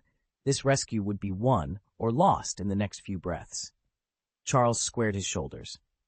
"Let me show you how a real warrior fights." "Lion Clench Valley!" snarled Golden Lion Shiji, the massive spectral beast hovering above Charles's head. Its eyes swept the gathered onlookers with haughty disdain. At Shiji's command, brilliant arcs of sword energy tore through the air, converging on Charles from every direction. Beside him, the Red Earl let out a low whistle. Both he and Charles exchanged a single impressed nod. Golden Lion Shiji was every bit as formidable as his reputation suggested. "Damn it, Shiji! Back in your cage!" snapped Sora. His forearms, encased in battle-hued gauntlets, met the onslaught head-on. Punch after punch shattered the crackling sword energy mid-air. "Ha! You call that an attack?" Shiji taunted, his voice echoing across the courtyard. With a graceful twist, the Golden Lion drifted even higher, the very atmosphere warping around him. Air was, after all, his realm. Behind the floating beast, Zephyr remained perfectly still, his gaze locked on Charles and the Red Earl. Charles caught Zephyr's eye, then looked away with a faint shrug. A fallen general like Zephyr posed no threat. He was merely a spectator to this display of power. Charles's voice rang out over the courtyard. Have everyone gather the ships at Impel Prison and prepare to set sail. Right away, Commander, Barrett replied, bowing sharply before striding off to carry out the order. His motion was all the invitation Zifa needed. In a heartbeat, the swordsman sprang forward, landing squarely on the docks in front of Charles and the assembled crew. A flicker of amusement crossed Charles's face as he drew the seven-star sword. Its green-infused blade cast an eerie light across the stones. Looking for a showdown? He taunted. Zifa's expression stayed calm, almost cold. Death doesn't scare me, he said evenly. Ever since I joined the Navy, life and death have meant the same thing. I won't stand by while you haul these cruel prisoners out of Impel Prison. At his side, Shialuo let out a derisive chuckle. Those noble words might have fooled me the first time you traveled through time, he sneered, but 20 years have passed and your heart has turned to ice. Before Zephyr could respond, a tall figure in a crimson coat rose from the rear ranks, the Red Earl himself. He leveled a gaze at Zephyr and smirked. So courageous are we? Very well, Swordmaster. Why don't you let me end you myself? After all, I nearly killed your precious marshal last time, and I'm still not over it. Tension snapped taut between them like a drawn bowstring. The sea breeze carried the promise of violence, and every man present tensed, ready for the clash that was sure to come. How about a demonstration, General? Let's see what you've got. The Red Earl strolled toward Admiral Zephyr, his umbrella held like a fencing foil. Zephy's eyes narrowed. He knew this pirate all too well. The Red Earl had ties to the Rockefeller family and a reputation that sent ripples through every naval port. A year ago, he'd publicly bested Admiral Kong, a scandal the Navy had gone to great lengths to bury. Most of the fleet remained blissfully unaware, but Zephy's influence ran deep enough that he'd uncovered the truth. An admiral losing to a pirate was a bitter pill, one Zephyr knew firsthand. Early in his career, he'd suffered a similar defeat at the hands of Shialuo, a loss that nearly became the Navy's greatest embarrassment. He'd shrugged off the shame and dedicated himself instead to forging his recruits into Marines who upheld true justice. Charles stood off to the side, watching the familiar tension between pirate and admiral. The Red Earl's challenge crackled in the air. Charles's lips curved into a faint smile. Attack! At his command, Zephyr and the Red Earl launched themselves at each other. In the next heartbeat, the clamor of drawn blades and charging Marines filled the harbor. Charles roared above the chaos. All right, everyone, kill the guards, seize their ships, and get out of Impel. At his shout, the prisoners leapt to their feet. They ripped rifles and cutlasses from fallen jailers and Marines, turning the courtyard into a slaughterhouse. Convicts, pirates, jailers, even Navy personnel, fell in a tide of blood and steel. Then, through the haze of smoke and screaming, came the deep rumble of engines. A squadron of Marine warships rounded the reef surrounding Impel Island. On the forecastle of the lead ship, Captain Barrett stood with his arms folded, leveling a megaphone at the carnage below. You idiots, stop this now! Board our vessels immediately! Charles hefted his long sword and vaulted onto the flagship's gangplank. He'd guarded the secret of his hidden submarine with everything he had. If the Marines ever learned of it, their escape would be compromised forever. But there was no time to worry about stratagems. Quickly! This way! He bellowed back to the remaining prisoners. Men and women who'd survived the hellish first 4 floors poured forward, racing up boarding ramps as Marines scrambled to secure them. Tens of thousands had once been locked inside Impel. By now, only a few hundred of the toughest remained, veterans of betrayal and brutality. Behind them, Sora's soldiers and Zephyr's raiders pressed in, a relentless tide that no wall of steel could stop. As Charles dropped to the deck and called for volunteers to help cut the prisoners' manacles, he allowed himself a single sharp breath. Their only hope lay in those warships, and beyond them, the secrets lying deep under the sea. Chapter 470, Escape from Impel, End. In barely a heartbeat, Charles shattered the blockade of Marines and jailers. It was almost absurd. The prisoners outnumbered their captors by at least 3-1, and yet, without Charles's direct intervention, they'd been corralled step by painstaking step. As if a disorderly crowd could ever stand against trained soldiers. Save for a handful of especially strong fighters, everyone else had been hemmed in. But with Charles at the helm, everything changed. He guided the prisoners like a seasoned commander, pointing out every weakness in the enemy formation. In an instant, they burst through the lines and surged aboard the warship moored at the dock. "Dad!" Tesla's voice cut through the triumphant roar as he climbed up beside Charles. "The control room's been smashed to pieces," Tesla reported breathlessly. "The main hatch won't seal again until it's fully repaired." Charles nodded, already scanning the deck for their next move. He didn't bother questioning how Tesla had vanished long enough to carry out the demolition. There would be time for explanations later. "Very well," he said coolly. "Get this ship ready to sail. We keep her on full power. The world government won't waste a second dispatching reinforcements once they learn what happened here." Barrett, standing by Charles's side, saluted sharply. "Understood." He turned and began barking orders to the ragtag crew, rallying them to their stations, stoking the engines and clearing the deck. In moments, the ship's engines roared to life. As it pulled away from the pier, Charles looked back one last time at the wreckage of Impel Down's final defense. Behind them, the Marines' shouts rose in the distance, but by then, it was already too late. They were gone.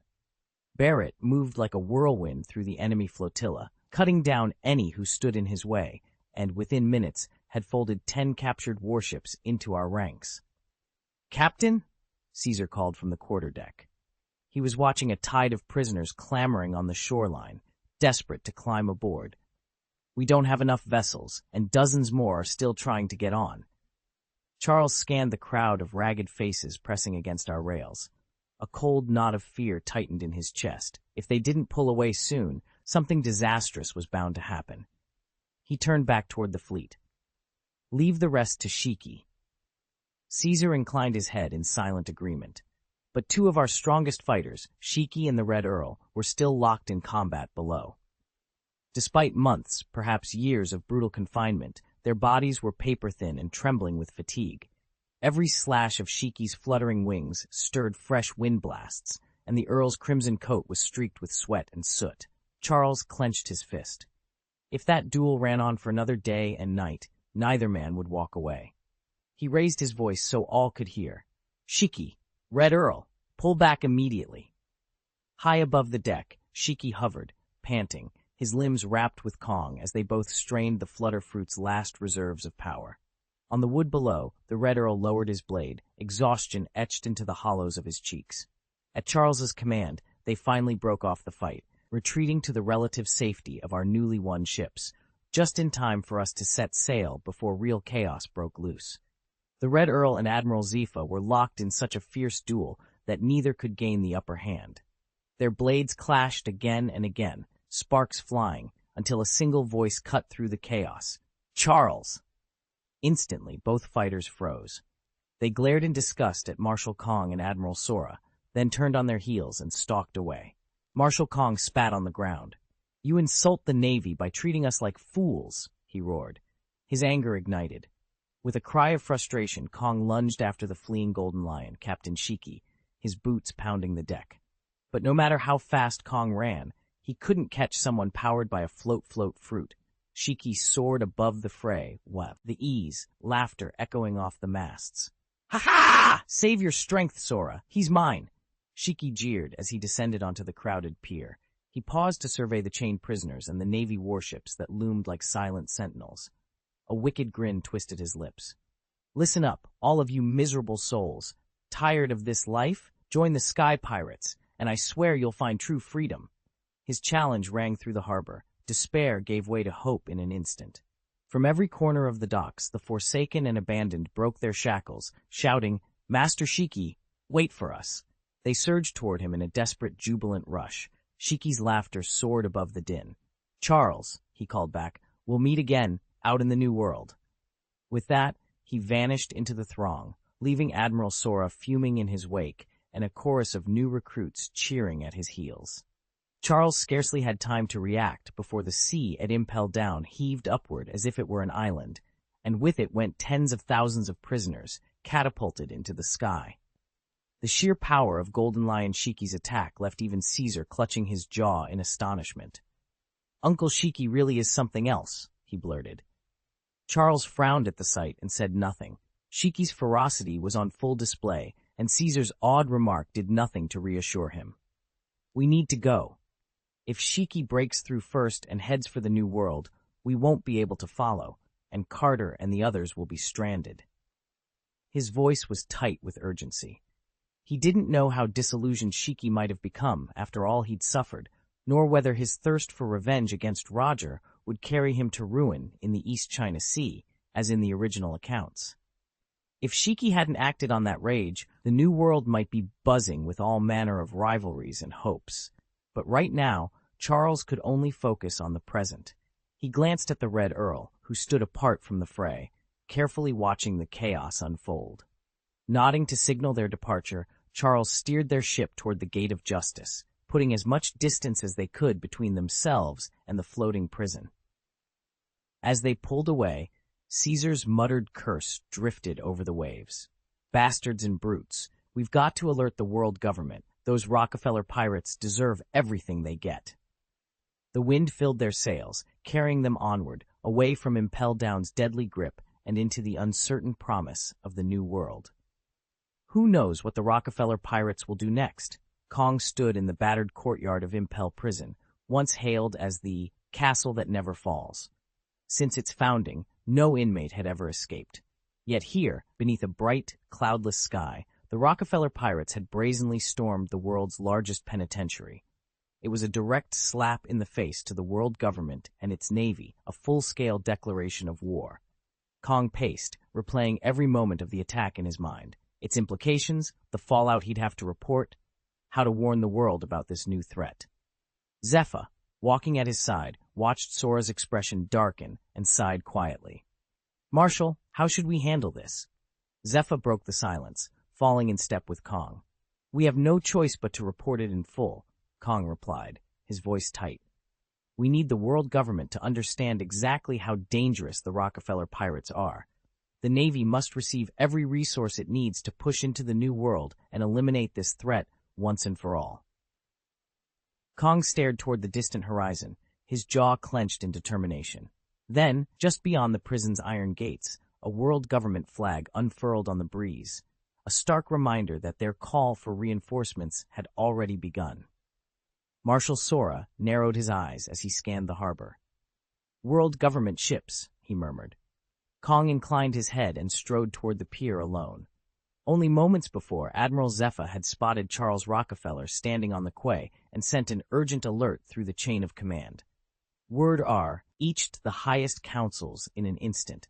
The Rockefeller pirates had stormed a world government prison, and not only that, they'd freed every last inmate. The news left the world government reeling. They had expected Charles to keep their captives as bargaining chips, not to set them all loose. Strategically, it made no sense, and yet it had happened. Now Marshal Sora and Admiral Zephyr faced an impossible task. Against the combined might of the Rockefeller pirates, even two of the world government's finest officers stood little chance, especially since the Red Earl and the Golden Lion were now free. Kong had already been overmatched by the Red Earl's blade, and Zephyr himself had fallen to Charles in their last encounter. Panic rippled through the 5 old stars. By the time Kong reached the dock, orders were already pouring in to activate every hidden station the world government maintained. The hunt for the Rockefeller pirates had begun, and this time no quarter would be given. A middle-aged man with flaming red hair stepped off the world government ship, the long knife strapped to his waist swinging with his stride. He paused to take in the battered silhouette of Impel Prison, its walls cracked and crumbling. His eyes narrowed as he spotted Sora stumbling out of the wreckage, shoulders slumped in defeat. "What happened here?" the redhead demanded, his voice cold and unyielding. "And where are the Rockefeller pirates?" Chapter 471, The Wrath of the World Government. Smoke curled across the broken battlements of Impel Prison, mingling with the acrid stench of scorched stone. Captain Sora stood atop the shattered wall, arms folded, eyes narrowed. Below him, imprisoned souls poured through the gaping breach, former inmates now free, a ravenous swarm eager for chaos. A figure burst through the haze, blade in hand. He charged up the crumbling steps and skidded to a halt before Sora. The man's uniform marked him as one of Wu Laoxing's elite, his knife shimmering though its edge was nicked from battle. "You're late," Sora said coldly, voice carrying over the clamor of desperate shouts. "The Rockefeller pirates got here hours ago. They've blown open the cell blocks and freed nearly 80% of the convicts." The blade bearer's brow creased in disbelief. "Is this really how your navy operates?" His tone bristled with contempt. Sora said nothing, merely cocked an eyebrow. The newcomer spat on the ground. "Humph," he spun, taking in the scene below. Navy officers lay unconscious. Dock guards lay bound or fleeing in panic. No sign of Director Impel, no sign of Deputy Director Bane, only ruin and confusion. "Where are Impel and Bane?" the knife wielder demanded, scanning the devastation. "They were supposed to lead these defenses. Reinforcements from the Admiralty and the world government are here. How could the director not even show himself?" His voice climbed with frustration. He had been sent by Wulaoxing to bolster the prison's security, yet now he found himself floundering amid scorched stone and missing commanders. Worse still, word had spread that among the world government's reinforcements was a navy marshal, someone of high rank, tasked only with matters too sensitive for open resolution. And still, neither director had appeared. Sora's glare cut through the smoke. "They've been compromised," he said. "Someone inside opened the gates. I'm working to restore order, but the pirates moved faster than any of us expected." The knife wielder's eyes hardened. "Then we have a traitor in our midst, and until we find him, no one's escaping scrutiny." With a curt nod, he sheathed his blade and began barking orders to the disoriented guards. Sora turned back to the breach, where the liberated prisoners streamed into the outer yard like a flood unleashed. His jaw clenched. The wrath of the world government had arrived too late, but now that it was here, the true reckoning would begin. Charles sensed immediately that something was terribly wrong. He seized the nearest jailer, a lone guard still on patrol, and demanded, "Where's the warden?" The man recoiled, clearly bewildered. How could a lowly guard have any business with the warden's whereabouts? He stammered, "I don't know. Our comms are shot. We can't reach anyone." At that moment, Sora rallied a squad of naval infantry and led them in toward the heart of Impel Prison.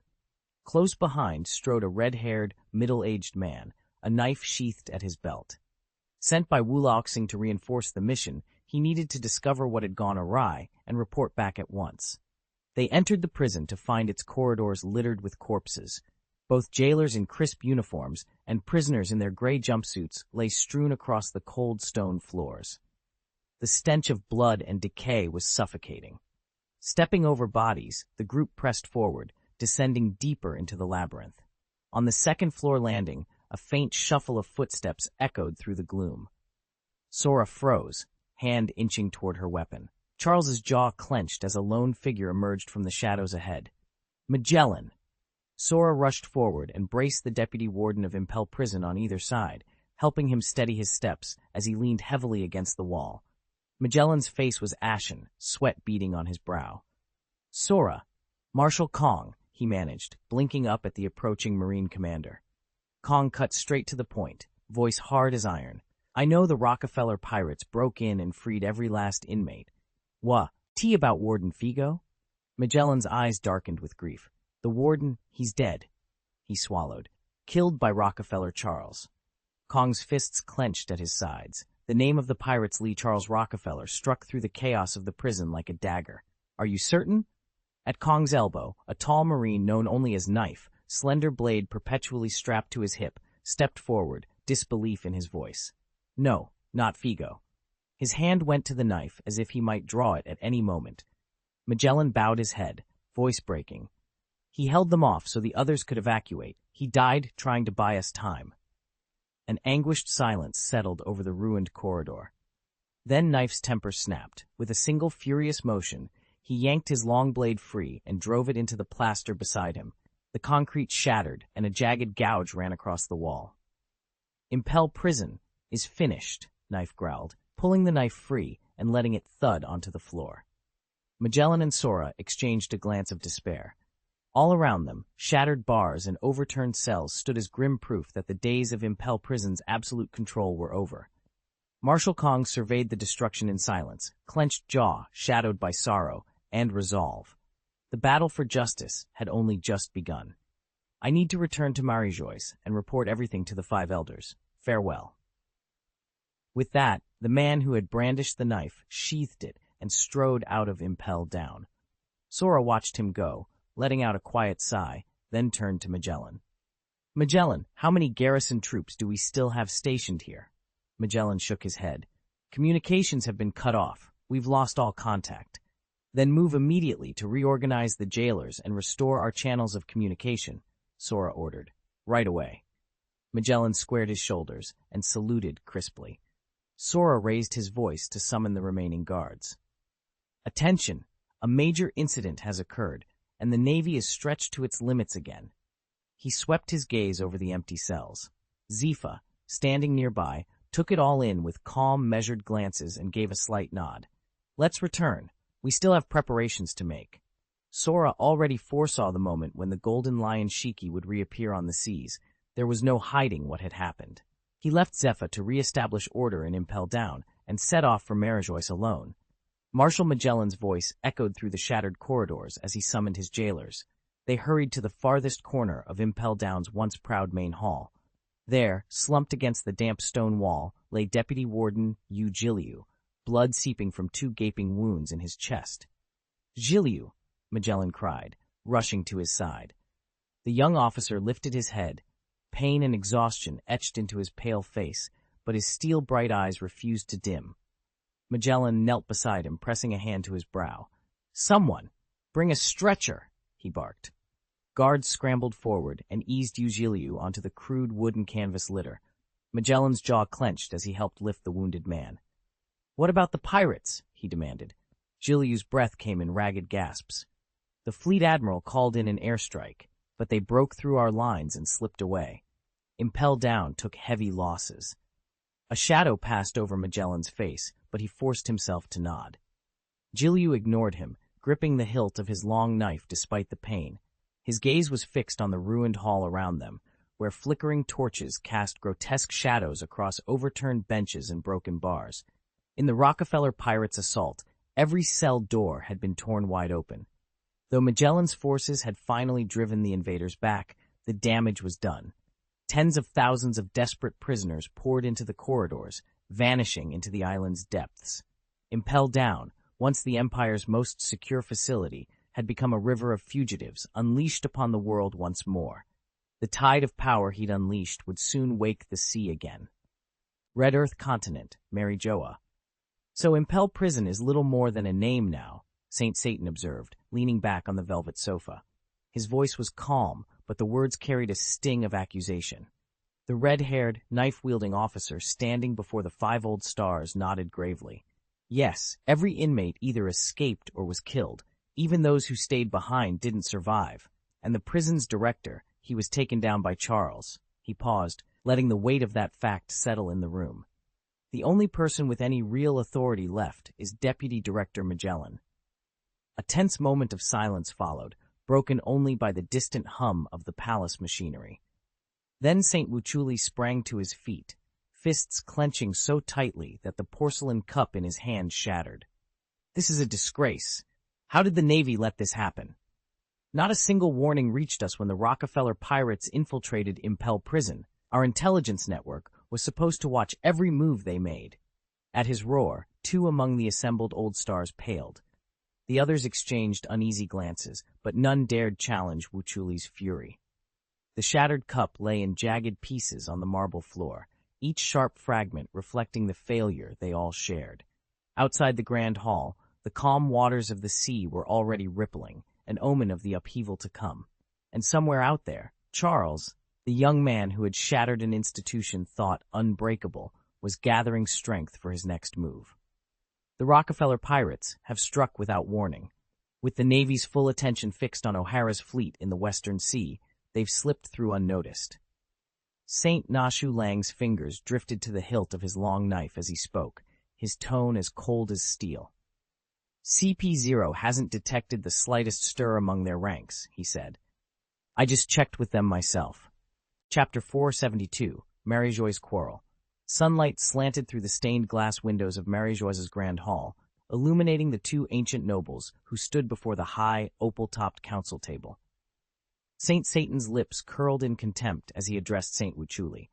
When I sent my inquiries, he spat, voice low and steely, they told me the same thing. Rockefeller Charles never set foot off the island. He's still holed up and impelled down. Saint Wuchuli's brow furrowed. With a sudden crack, he slammed his fist onto the marble tabletop, rattling the crystal goblets lined along its edge. Unacceptable. We cannot let this go unanswered. The world government must strike back, launch a full-scale invasion of Impel Down. An assault like that would be a clear declaration of war. Not even the legendary Rocks pirates dared to lay siege to our prison. Saint Satan strode around the table and seized Wuchuli by the shoulders, his piercing gaze drilling into his comrade. Precisely. Not even Rocks himself would have been so brazen. And yet here is Rockefeller Charles, once nothing more than a shadow following Roger, now bold enough to defy us by attacking our strongest fortress. Whose fault is that? Who in the council turned a blind eye? Wuchuli's eyes flickered with guilt and anger. He drew a shuddering breath. Ever since the Valley of the Gods battle, I've warned them.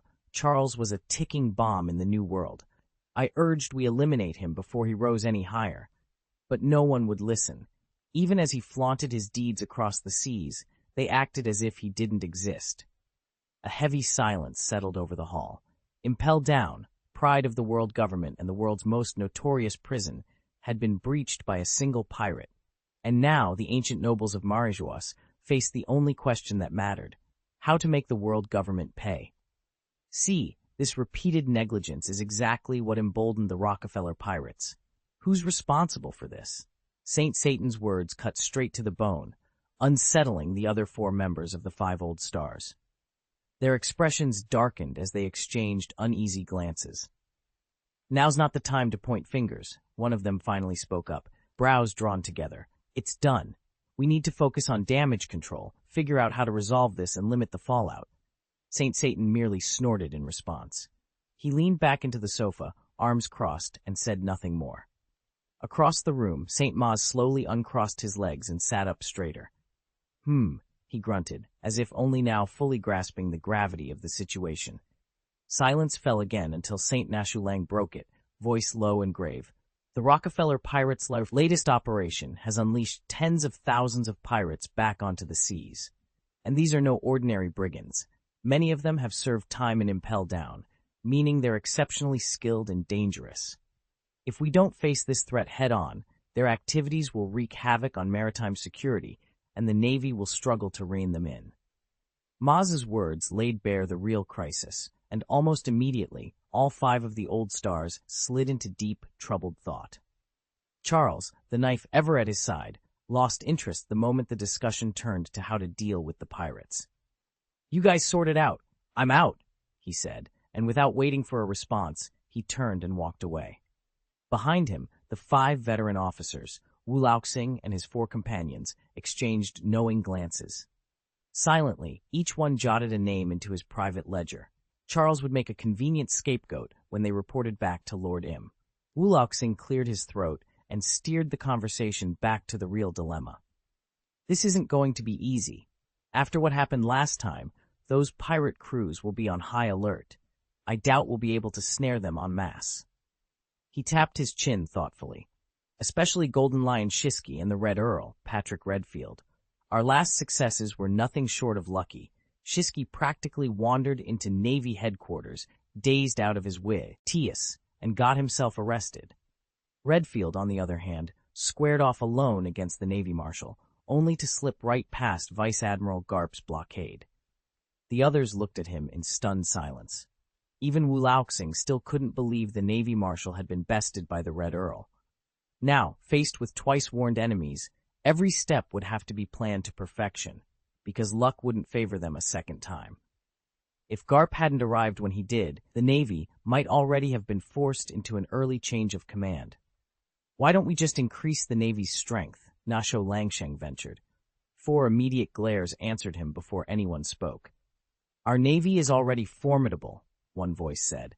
"We can't keep opening the floodgates and risk losing control." Peter Saint echoed the sentiment in awe, and Nasho Langsheng frowned, falling silent. The council chamber grew heavy with tension. Finally, after a long pause, Ma Sheng cleared his throat. We don't have to rely solely on the Navy to deal with these pirates, he said. Heads turned to him. What exactly do you mean?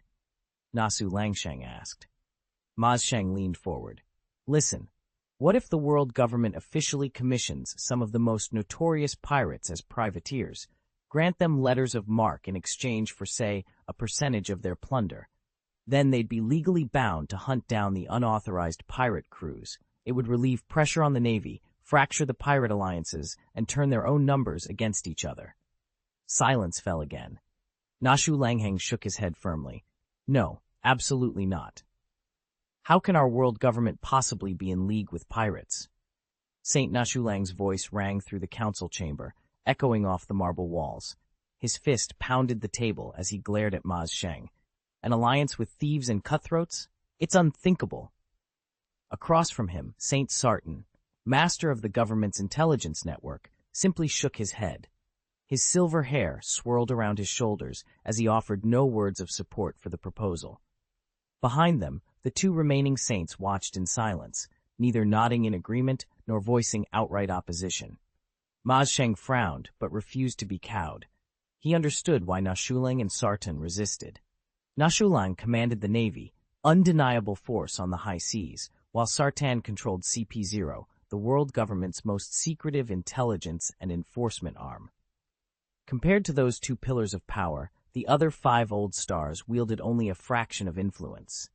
Yet Maz Sheng's ambition burned brighter than any objection. He intended to wrest authority from both the Navy and CP0, forging his own elite force, officially under the world government's banner, but loyal only to him. I'm not asking for a rogue army, he said evenly, only the means to direct it. Even if it carries our flag, it must follow my command. A tense silence fell over the chamber. Saint Nisholong's chest rose and fell with restrained fury, and Saint Sartan's eyes narrowed. But Maz Sheng stood unmoved, conviction shining in his gaze. The debate had only just begun. In the council chamber that oversaw the world, a fierce argument had broken out. Saint Maz found himself at odds with Saints Nashulang and Satan, each voicing sharp objections to his proposal. Around the table, Saints Pitt and Wuchuli bowed their heads, watching Maz's impassioned protests with a flicker of interest. After all, the rights he championed threatened the balance they preferred. Yet this dispute could not be settled with a single rebuke. It demanded careful planning. Saint Pitt cleared his throat and raised a hand. All right, he said. Is now really the time to bicker over a relatively minor issue, especially on such a sacred occasion? Let's set it aside for the moment and return to it later. Saint Maz shot him a wary glance but fell silent, at least for the time being. From across the table, Saint Nisholong snorted. Humph, I will never agree to this proposal, he declared. Maz Igno read him. His attention had already shifted. As for the pirate problem, he announced, that should be entrusted to the Navy. Their progress may be slower, but they know what they're doing. Our priority must be containing the fallout from this incident. Someone needs to alert the Morgans immediately. A cold light gleamed in St. Pitt's eyes as he inclined his head in agreement. One by one, the others followed suit, acknowledging that for now, this course of action was the only prudent path forward. The world government has grown deeply frustrated by the Morgans' long-time monopoly on the right to speak. Chapter 473, The World Shakes the World. Government's emergency session had just adjourned, and now the Navy's top brass convened in the Admiral's office at Marine Headquarters. Admiral Sora sat across from Admiral Tsuru, their faces tense with the gravity of the news. Admiral Sora's eyes burned red as he broke the silence. Tsuru, here's the situation. Rockefeller Charles has released every Golden Lion Shiki and the Red Earl Patrick Redfield, including all their imprisoned crews. Tsuru's brow furrowed deeply. That's catastrophic. Once those pirates are loose, they'll slaughter indiscriminately. The seas we've only just brought under control will erupt into chaos again. Our entire naval defense is at risk. He tapped a stack of dispatch forms on the desk. We have to recall every admiral immediately for an urgent strategy meeting. Sora nodded grimly. Agreed. Right now, it's only you and me steering the fleet. We're dangerously undermanned. He glanced at his subordinates in the room. Aokiji and the others will be back as soon as they wrap up the demon-slaying order. Garp, Sengoku, and the rest will follow. I'll send out their orders at once. Tsuru stood and gathered his coat. I'll head to Marijois first for the government meeting. The Navy's situation is yours to manage while I'm away. Sora rose in turn, placing a firm hand on Tsuru's shoulder. Be careful out there. Tsuru gave a curt nod. And you keep the fleet ready. The world's eyes are on us. With that, the two admirals dispersed, each racing to marshal their forces against the storm that threatened to engulf the seas once more. Lieutenant Sora sprinted across the marine camp, clutching a sheaf of urgent dispatches that gave him a splitting headache. He ducked into the small communications hut, slammed the door shut, and fished his den mushi from his pocket. Moses, Moses, he barked into the shell. On the other end, the familiar face of Vice Admiral Garp appeared, lounging in a bright red Hawaiian shirt. He was bouncing little Ace on his knee, making goofy faces until the baby dissolved into delighted giggles. Oi, Sora, Garp drawled, still smiling. What's got you panting like that? I'm on leave, remember? Sora pressed the papers to his chest. Admiral, I know you're off duty, but this can't wait. Before he could continue, the Den Mushi crackled to life again with an incoming call. Sora glanced at the tiny shell. It bore Commander Helmeppo's seal. Garp sighed and tapped the side of his shell to take the second line. Garp Oji, Helmeppo's anxious voice came through. Sorry to interrupt your vacation, but the Navy's in crisis. Impel Down has fallen. Every prisoner's been freed by that pirate Rockefeller Charles. Silence slammed down in the hut. Garp's hearty grin vanished. Explain, he ordered calmly. Charles attacked the prison stronghold with overwhelming force. No one could stop him. Impel Down is entirely under his control. Garp stood up, setting Ace in his lap for a moment before gently passing the baby to the stout woman standing by the door. Understood. I'm on my way back. He snapped the Den Mushi shut and slipped off his sandals. Ace, Grandpa's work calls again. Don't you worry. I'll take you on a proper outing as soon as I return. Turning to Sora, Garp squared his broad shoulders. Prepare my ship. We sail at once. I need to report to Navy headquarters immediately. Garp's tone brooked no argument. He strode past the astonished plump aunt without a backward glance. Garp, you bastard! I'm a bandit, not your subordinate. She sputtered, but he paid no heed. He boarded his warship, the crew sprang into action, and soon the vessel cut through the waters off Windmill Village, bound for the capital. At Navy headquarters, corridors buzzed with urgent whispers. Did you hear? Impel Down was breached. The Golden Lion Shisky and the Red Earl Patrick Redfield have escaped. More than that, Charles led a massive breakout, another officer chimed in. Returning Marines who'd served under Sora and Zeph confirmed it all. The infamous prison was compromised, and Charles had spirited dozens of inmates off into the New World. Out on the open sea, a flotilla of over a dozen warships steamed steadily toward the New World's islands. Fishermen on their small boats stared in disbelief. Are those Navy vessels? One asked, pointing. They're too well armed, answered a trader, shading his eyes. And look, no white ensign on the bows. A hush fell as sharp-eyed onlookers realized these ships flew no official Navy flag. Whatever their mission, it was not one sanctioned by the government. The chatter died the moment the sailor lowered his spyglass. No, that isn't a Marine warship, he said, voice low. It's the Rockefeller Pirates flagship, and at the helm is Charles Rockefeller.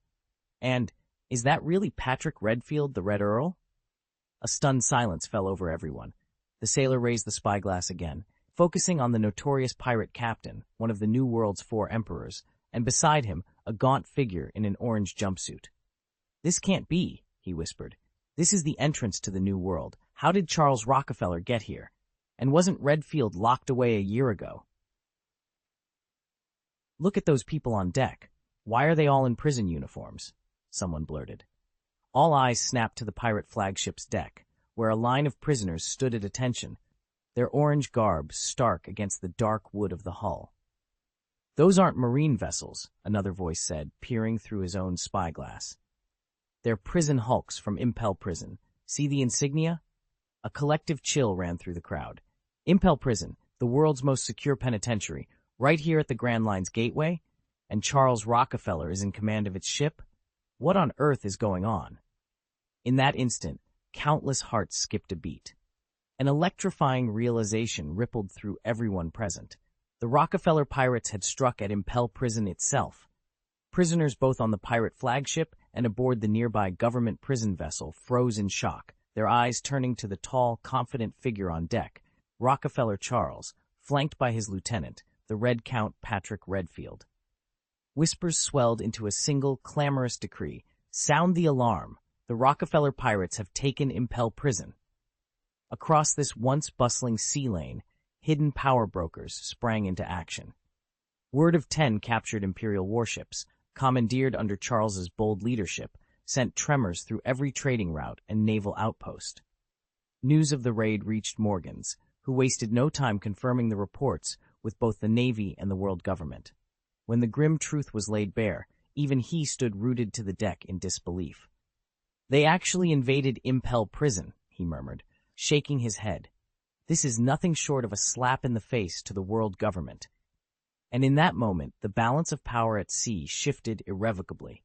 President Morgan's office crackled with tension. The editor-in-chief leaned forward, eyes bright with excitement. "Sir, shall we release the story now?" Morgan's didn't hesitate. "Of course. World Economic News Agency is everywhere. A major event breaks. We'll work through the night. Make sure every port and vessel wakes up to this headline." As the staff sprang into action, a deafening roar split the air. An explosion rocked the northern wing of the island compound, and flames raced across the lawn.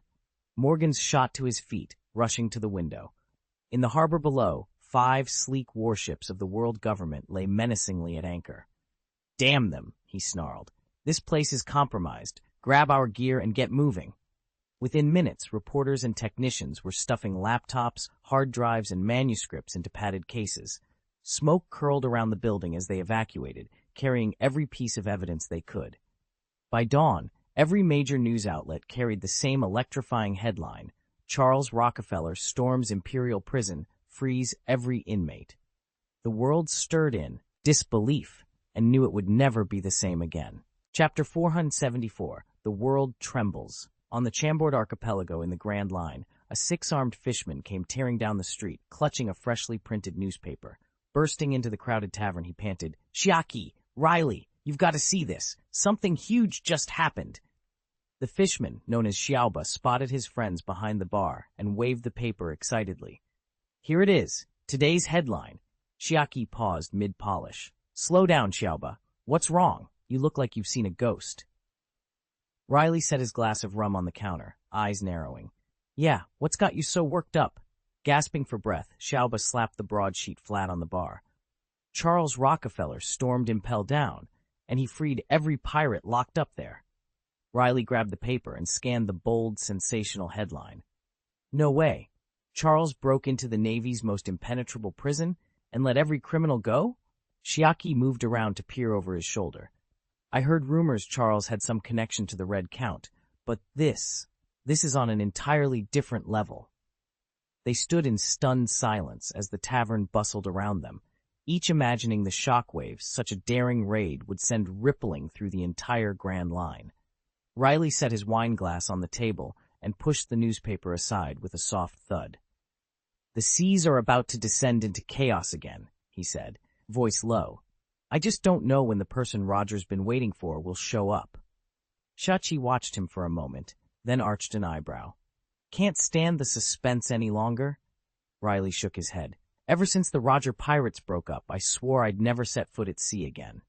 "That makes 2 of us," Haki replied. "All the old Roger crew have gone into hiding, except for those 2 up-and-comers." Riley let out a wry chuckle. "I never would have guessed that red-nosed kid would rise so fast." Haki lifted the edge of the paper to reveal a bold portrait of Bucky the Clown, grinning back at them. Riley's lips curled in a half-smile. "I thought Shanks would be the first to make a name for himself, but Bucky's already commanding tens of thousands of men across dozens of ships. He's moving at lightning speed." "Shanks hasn't been idle," Haki reminded him. "He's recruiting in the North Sea, forging what they now call the Red Hair Pirates. But even with his crew, he's still playing catch-up to Bucky." Riley sighed, swirling the last of his wine in the glass. "Funny, the 2 of them used to fight like dogs back on Roger's ship." He paused, eyes distant. Funny, and a little scary, what they've become. Now that they've all gone their separate ways, none of them can say what the future will hold. Riley's voice trembled with emotion. At least Shanks doesn't stand a chance against Bucky anymore, nor against Bucky's crew. And trust me, those two vice captains are no ordinary fighters. Shia-Chi spread out a tattered roster of the buggy pirates. At the very top were two names, Jorakor Mahawk and Shaw Crocodile. God knows where they'll turn up next, she muttered, her finger tracing the faded ink. Riley leaned back, exhaling a long sigh. She glanced down at the front page of an old newspaper she'd picked up. The headline caught her eye. Golden Lion Shiji? She read the subhead aloud. So he's resurfaced, but to what end? In an instant, Rayleigh's eyes gleamed with excitement. He spoke slowly, savoring each word. The new world, 10,000 meters above the clouds. Golden Lion Shiji stood at the prow of his flagship, blades still slick with blood. Before him knelt 100 ragged prisoners, their hands bound behind their backs. All around them lay the corpses of those who had dared to resist, bodies sprawled in crimson pools across the deck. Anyone here who still wants to object? Shiji's voice was cold as steel. A hush fell over the huddled men. They trembled, their heads shaking so furiously it was a wonder their shackles didn't rattle. Those who had raised voices of dissent earlier lay bleeding on the deck, so none dared speak now. A cruel smile creased Shiji's face. He sheathed his swords with a soft metallic click. Good, then I officially welcome you all to the Sky Pirates. Beside him, Ski chuckled darkly. Welcome aboard. Long live the Admiral! Long live the Admiral! A thunderous roar rose from the deck as countless pirates cheered. Standing atop the quarterdeck, the Golden Lion Admiral Shiji locked eyes with his jubilant crew and let a faint smile curl the corners of his mouth. A thick cigar rested between his teeth, smoke curling up toward the cloudless sky. With Roger's sea gone, the last barrier that stood in my way has crumbled, he declared, his voice carrying over the clamor. I wonder, who now can challenge me? He inhaled deeply, then exhaled, surveying the endless expanse of blue before him. The Whitebeard pirates, the Rockefeller pirates, the Big Mom pirates, even the Navy itself. Sooner or later, this world will be mine. Meanwhile, word of the Rockefeller pirates' audacious assault on Impel Prison had spread across the seas via news coup. On the deck of the Moby Dick, Marco hurried toward the towering figure of Whitebeard, clutching a freshly delivered news scroll. Father, you need to see this, Marco said, urgency in his eyes. He handed the report to Whitebeard, who reached out and broke the seal. As he read, his expression darkened. We've all been deceived by the Rockefellers, Marco continued. To be precise, by Charles Rockefeller. They slipped into Impel Prison undetected and seized control before anyone even realized what was happening. Whitebeard's great mustache trembled as he glanced up from the paper. Around him, the crew fell silent, the weight of the revelation settling over them like a shroud. The game had changed, and the world's balance of power teetered on the brink once more. When word arrived that the Rockefeller pirates were planning to clash with us, they struck a preemptive blow, raiding Impel down and freeing every last prisoner, including Shiki, the Golden Lion, and Patrick Redfield, the Red Earl. Marco's expression turned grave as he shared the news. Shiki and Redfield are both nearly as powerful as Father himself. Whitebeard glanced up from the bulletin and took a leisurely sip of wine. Setting the glass aside, he shrugged. So what? Anyone who dares challenge the Whitebeard pirates will learn what it means to face us. Your old man is invincible. At the commotion, more crewmates drifted into the room. A few of the younger pirates exchanged uneasy looks before one piped up, Dad, Shiki once held vast territories in the New World that we've since claimed. Do you think he'll come after us now? Marco shot another worried glance at Whitebeard. The younger men crowded closer, their nerves showing. Whitebeard threw back his head and laughed, the sound booming through the hall. Clapping Marco on the shoulder, he grinned at the assembled crew. Relax, lads. As long as I'm here, no one can harm you. Do you really think those two can stand against me? A ring of pirates had gathered around Whitebeard, loudly proclaiming, not even Rockefeller's Charles would dare challenge the Whitebeard pirates. Whitebeard let out a low chuckle, but the amusement didn't reach his eyes. Beneath that familiar grin lay a deep, unspoken worry as his ship drifted through the calm waters of Totland Sea. What are you talking about? Charles Lingling exploded, spinning on his heel to face Katakuri. He broke into Impel Down, freed the Golden Lion Shiji and the Red Earl, and sailed off unscathed? Does he think the new world is his personal playground? Katakuri ran a hand through his hair, frustration plain on his face. It wasn't Charles's scheme, he explained. My mother ordered the Rockefeller pirates to slip into Impel Down while the Navy was distracted. They walked out with dozens of high-profile prisoners. If they join your crew, it'll tip the scales against us. Whitebeard's familiar frown deepened at the news, but Katakuri waved away any further alarm. Don't worry. With me on deck, the Rockefeller pirates won't dare make a move. If they try, I'll remind them whose seas these are, and the new world will already be mine. Charles Lingling shrugged, a confident smile curving his lips. Then he glanced down at the group of young pirates crowded on the lower deck and spoke with casual defiance. Let them come. We own these waters. The children recoiled in terror, huddling together in tight, trembling spheres. Katakuri's eyes darkened at the news, a flicker of unease passing over his usually impassive face. Chapter 475, O'Hara's Destruction. While the world reeled from Rockefeller's audacious move, an even darker massacre was unfolding in the West Sea. Open fire. All batteries. Let loose. Admiral Sakazuki, known as Akainu, had his eye patch fixed coldly on the transport vessels ferrying civilians and scholars. Without hesitation, he issued the order, and 10 demon exterminator ships unleashed a relentless barrage against the overloaded transport. Ah, help us! Why is the Navy attacking its own people? Panic erupted on the transport's deck as cannon fire tore into the hull.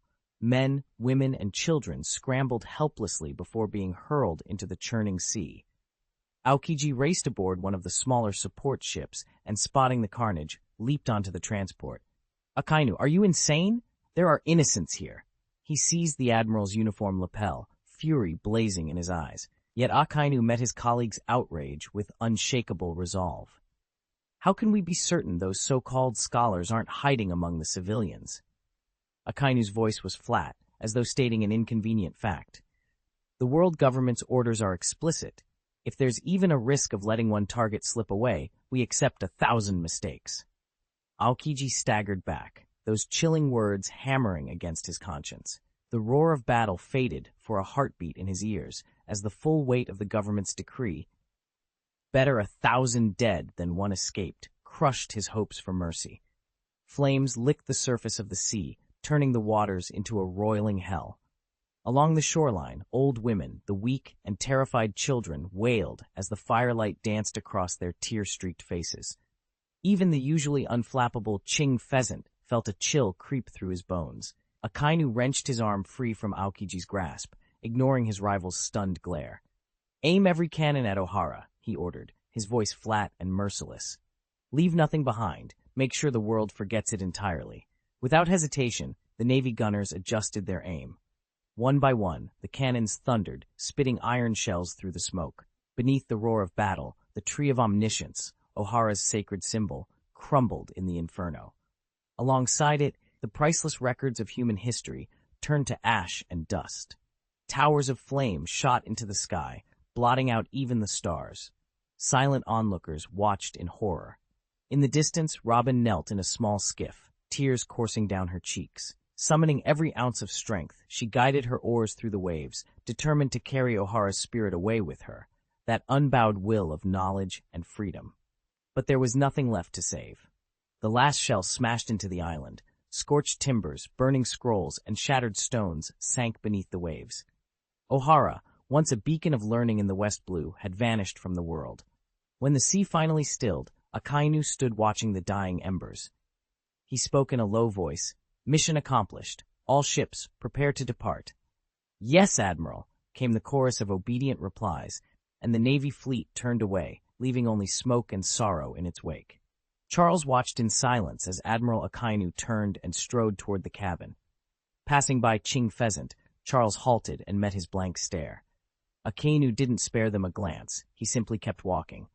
Justice, Charles whispered, voice barely more than a breath. Are we truly righteous? He found himself drawn to the ship's bow, where the wide ocean lay streaked with pools of blood. Survivors clung to flotsam, crying out for rescue even as nearby warships tore into them with unrelenting gunfire. The red blossoms on the water's surface beckoned every lurking predator, a gruesome banquet of the desperate and the dying. The mission had ended in catastrophe. The research vessel Ohara now lay at the bottom of the sea, sunk by the demon-slaying order's battleships.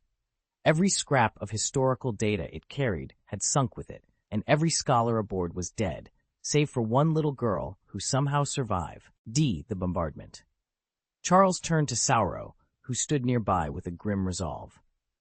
"Now we'll see just how much trouble the girl you vowed to protect is going to cause," he said quietly.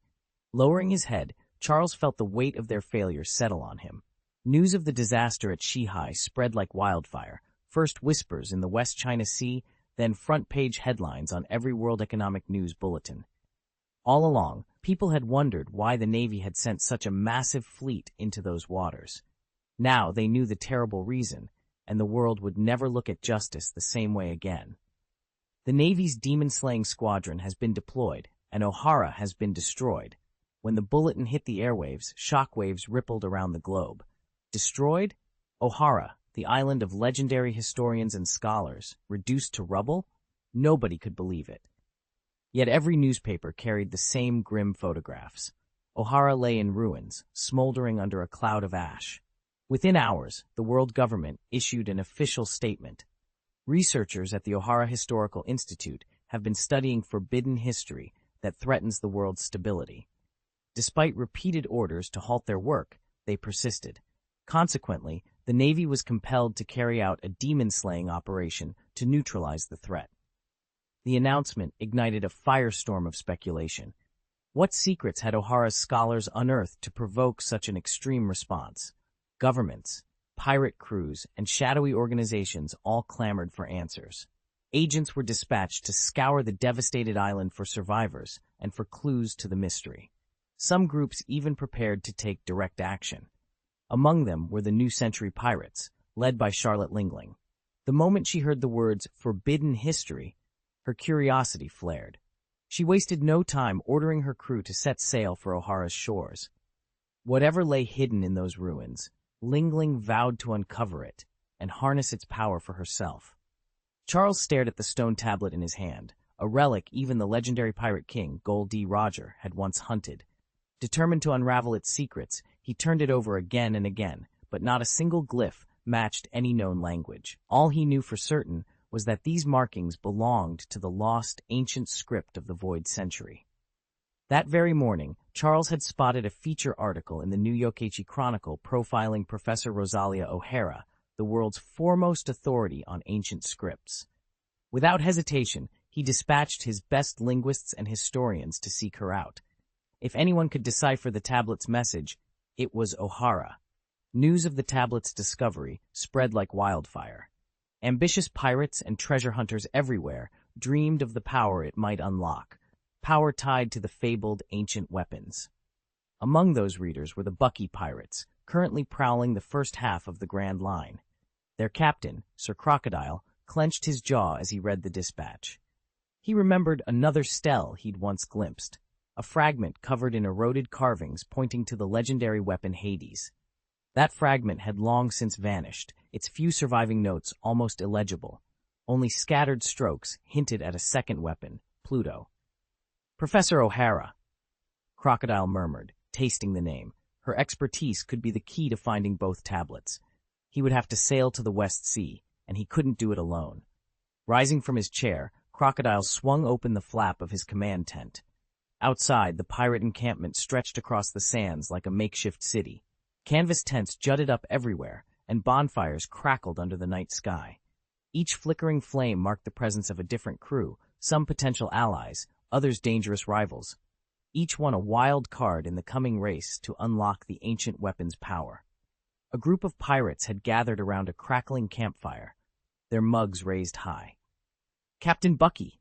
Captain Bucky!" they cheered in unison. Laughter and clinking tankards filled the night air as Bucky, their grinning, swaggering leader, stood at the center, basking in their adoration. Beyond them stretched the New World, an endless expanse of unpredictable seas and uncharted isles. On his own ship, Charles read the latest dispatch with a frown. The headline announced the fall of O'Hara, an event that by all rights shouldn't concern him. Even if that storied island had been wiped off the map, it had never affected Charles's course. His only mission was to safeguard his crew, his makeshift family, and to guide them safely through whatever storms lay ahead. He wasn't blind to tragedy. Nico Robin's fate tugged at his conscience, but Robin's past was not Charles's burden to bear. He wasn't a scholar who needed to pore over ancient texts, nor did he aspire to the title of Pirate King in search of the legendary One Piece. Conquering the world held no appeal for him. His ambitions had always been modest, driven entirely by circumstance and the promise of freedom on the open sea. Ever since raising his own black and white Jolly Roger, Charles's journey had known no respite. Each new challenge demanded greater strength and sharper wits.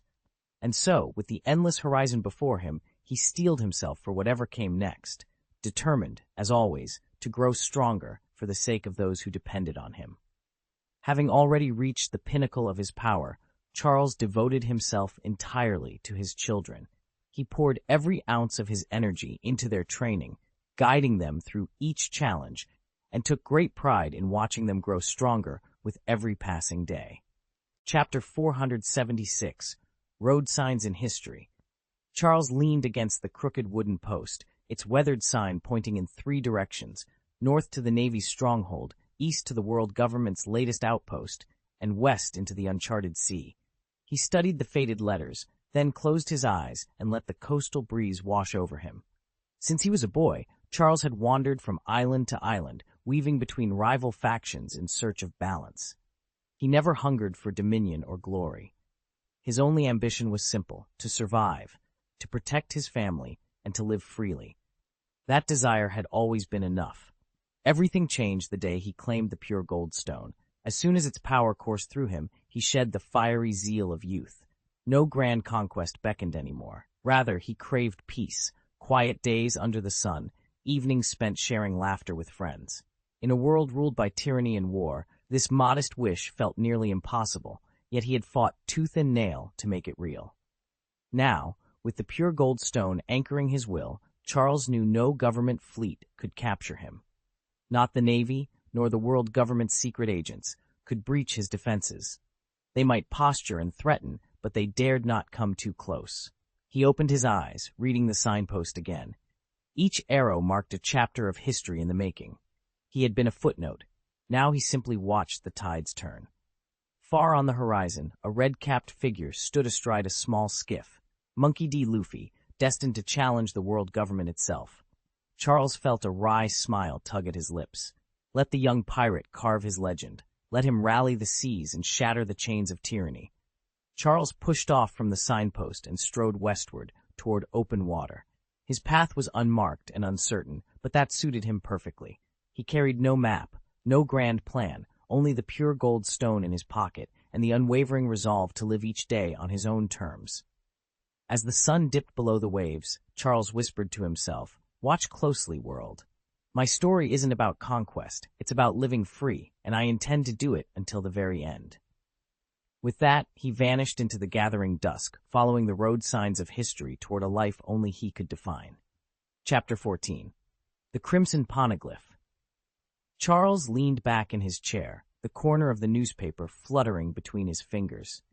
He'd just finished reading the latest dispatch from the New World Chronicle, no shortage of rumors about the Rockefeller pirates. From where he sat, their influence had never been greater. Their territory stretched farther than any other cruise, and each of his children, the captains and lieutenants he'd taken under his wing, was growing stronger by the day. It truly was the golden age of the Rockefeller pirates. He set the paper aside and closed his eyes for a moment. In the vast game of power, one could resort to any means: bribery, shameless flattery, even crawling at the feet of someone like Luffy if it ensured a smooth path to the top. But Charles would never stoop that low. He'd rather wait and watch fortune's hands at work, confident that his own foresight and his crew's strength would carry them where they needed to go. A stray thought nudged him awake. There was something else he'd almost forgotten, hidden away in the warehouse beneath his flagship. Caesar had brought it back from the ruins of Wano. A massive, blood-red stone slab inscribed with ancient characters, a road poneglyph, one of the 4 fabled guides to the true final island. Charles sprang to his feet. He strode across the cabin to the secure holster at his belt, flipped open the clasp, and lifted out the boulder. The dull thud it made against the wooden floor rattled the air. Instantly, 3 young officers, weapons slung at their sides, filed into the room. Scarlet Earl, Barrett, and Caesar's own son, Cyril, crowded around their captain. The crimson surface of the stone glowed almost angrily in the cabin's lantern light. "Father," Caesar blurted, unable to contain his curiosity any longer, "what is this?" Charles allowed himself a small, rueful smile as he cradled the road poneglyph in his arms. "This, my boy, is the key to the world's greatest mystery. And now," he said, lifting his gaze, "we hold one step closer to the end of our journey." Charles pressed his finger against the weathered stone slab. "This is the map to Raftru, the one the Pirate King spoke of. Without this fragment, no one could find Raftru, and therefore no one could claim the One Piece. Even Gol D Roger relied on it to locate the final island." He turned to the small group gathered around him. Their heads bobbed in understanding, until Charles's own excitement broke through again. "Dad, so does this mean we can reach Raftru whenever we want?" Caesar's eyes gleamed at the prospect, but Charles shook his head, a smile tugging at his lips. "Not quite. There are 3 other red texts like this, each marking a different landmark. Only by gathering all 4 can we reconstruct the true course to Raftru." A hush fell over the group. Suddenly, it made sense why their father had never pressed forward with his own piece. It was only 1/4 of the whole. Caesar leaned forward eagerly. "Then, Dad, do you know who holds the other 3? Charles shot his brother a surprised look. "What, are you itching to hunt down Raftru yourself?" Caesar scratched his head. Charles watched him intently. "Come on, Dad," Charles urged. "Over the past year, countless pirates have set sail after Pirate King Roger's treasure. I want to see just how immense his hoard is, and whether it can even rival the Rockefeller pirates. So let's not waste any more time." Caesar opened his mouth to reply, but Charles simply rolled his eyes. He didn't know all the riches hidden in Raftru, but he'd seen the mountains of gold in his own castle vault, and that was after only 1 trip to Sky Island. He had a hunch Raftru's treasure might not match the Rockefeller pirates' haul in sheer bulk, but its real value lay in whatever secrets it concealed. "Do you know where the other 3 historic landmarks are?" Charles pressed. Finally, Caesar shook his head clear of distraction. "I know 2 of them," he said. "One is in the hands of Charlotte Lingling, and another is held by Zoo." "As for the last piece, I'm not entirely certain," Charles said, frowning. "There's talk that it might be on Fishman Island, but the sources aren't exactly reliable. In the original records, only 3 of the red historical road signs had confirmed locations. The 4th was nothing more than speculation on a few scattered forums." At Charles's words, Caesar's eyes suddenly gleamed. "Father, if that's true, why hesitate? The Big Mom pirates don't stand a chance against the Rockefeller crew. We'll intercept their road sign and historical text, then head straight to Zoe to claim the 3rd fragment. As for Fishman Island, if there really is a human settlement there, it lies within our claimed territory. We'll find it, no problem." Caesar's excitement proved contagious. Every child gathered around him nodded eagerly, ready for action. Charles stared at his son in astonishment. When had Caesar become so driven? The children's bright, fearless faces left him with an unexpected chill. Their unbridled energy and their utter disregard for any obstacles filled him with a sudden unease. Charles stared at the gathered scholars, his expression tightening. "You're adults now, each with your own ideas, and that's fine, but blind confidence will plunge the Rockefeller family into ruin." He swept his gaze across the room. "What were you thinking, suggesting we haul off that road sign stele? Do you even know what these characters say? If you can't read them, what good is owning the thing?" The men who'd championed seizing the tablet fell silent. One fiddled nervously with his notes, admitting, I can't recognize a single symbol." Caesar frowned. "Is there truly no one here who can translate it?" Charles shook his head. "Once upon a time, maybe, but not anymore." He laid today's newspaper in front of his father. The headline blared, "O'Hara annihilated by the demon-slaying order." Charles pointed at the article. Father, you think it's possible the O'Hara scholars had already deciphered these texts? Caesar reached for the paper, reading through with a scowl. He exhaled roughly. Of course, the world government can't allow anyone to unlock dangerous history, so they crush or erase every scholar who gets too close. He slammed his hand on the desk. It's a brutal tactic, but they'll do whatever it takes to keep these secrets buried. To prevent it from spreading, they simply wiped out the entire island, Caesar hissed, his teeth clenched in anger. Chapter 4477, Naval Conference 1. Caesar's remark sent a ripple of indignation through the younger cadets. They bristled, ready to retort, but Charles just chuckled. One Piece, huh? Doesn't interest me in the slightest. He leaned back, eyes fixed on the distant horizon. Beside him, the red-eyed Earl studied his profile, brow creased with both amusement and curiosity. Charles's calm confidence was contagious, even here on this windy bluff overlooking the sea. 1 month later, Marine Headquarters Epsilon. It had been exactly 4 weeks since Charles Rockefeller's daring assault on Impel Down. In that time, orders had gone out from Fleet Admiral Kong. Every senior officer in the Navy was to return immediately for an emergency summit. The strike force that executed Admiral O'Hara's demon-slaying order had limped back just days after their grim victory. The warlords stationed in the New World cut their campaigns short to answer the call. Even Vice Admiral Carp, already juggling the duties of grandfather and guardian, dropped everything when the summons arrived. Now Marineford's vast assembly hall was thronged with officers. Admirals in star-studded cloaks, vice admirals radiating barely contained power, commodores whose hard-earned scars told tales of countless battles. Yet despite the sea of uniforms, an oppressive silence fell over the gathered ranks. Too many seismic events had unfolded in the past month. The Navy's usual order lay fractured, its leaders grasping for a clear course. A Marine captain stepped forward and strode to the quay's edge, where a lone figure lounged on the railing. Lieutenant General Aokiji, he called, snapping a smart salute. His voice carried just enough urgency to pierce the stillness. The Fleet Admiral has convened the full council. Your presence is required at once. The man they called the Blue Pheasant shifted, the leather eye patch over his left eye catching the morning light.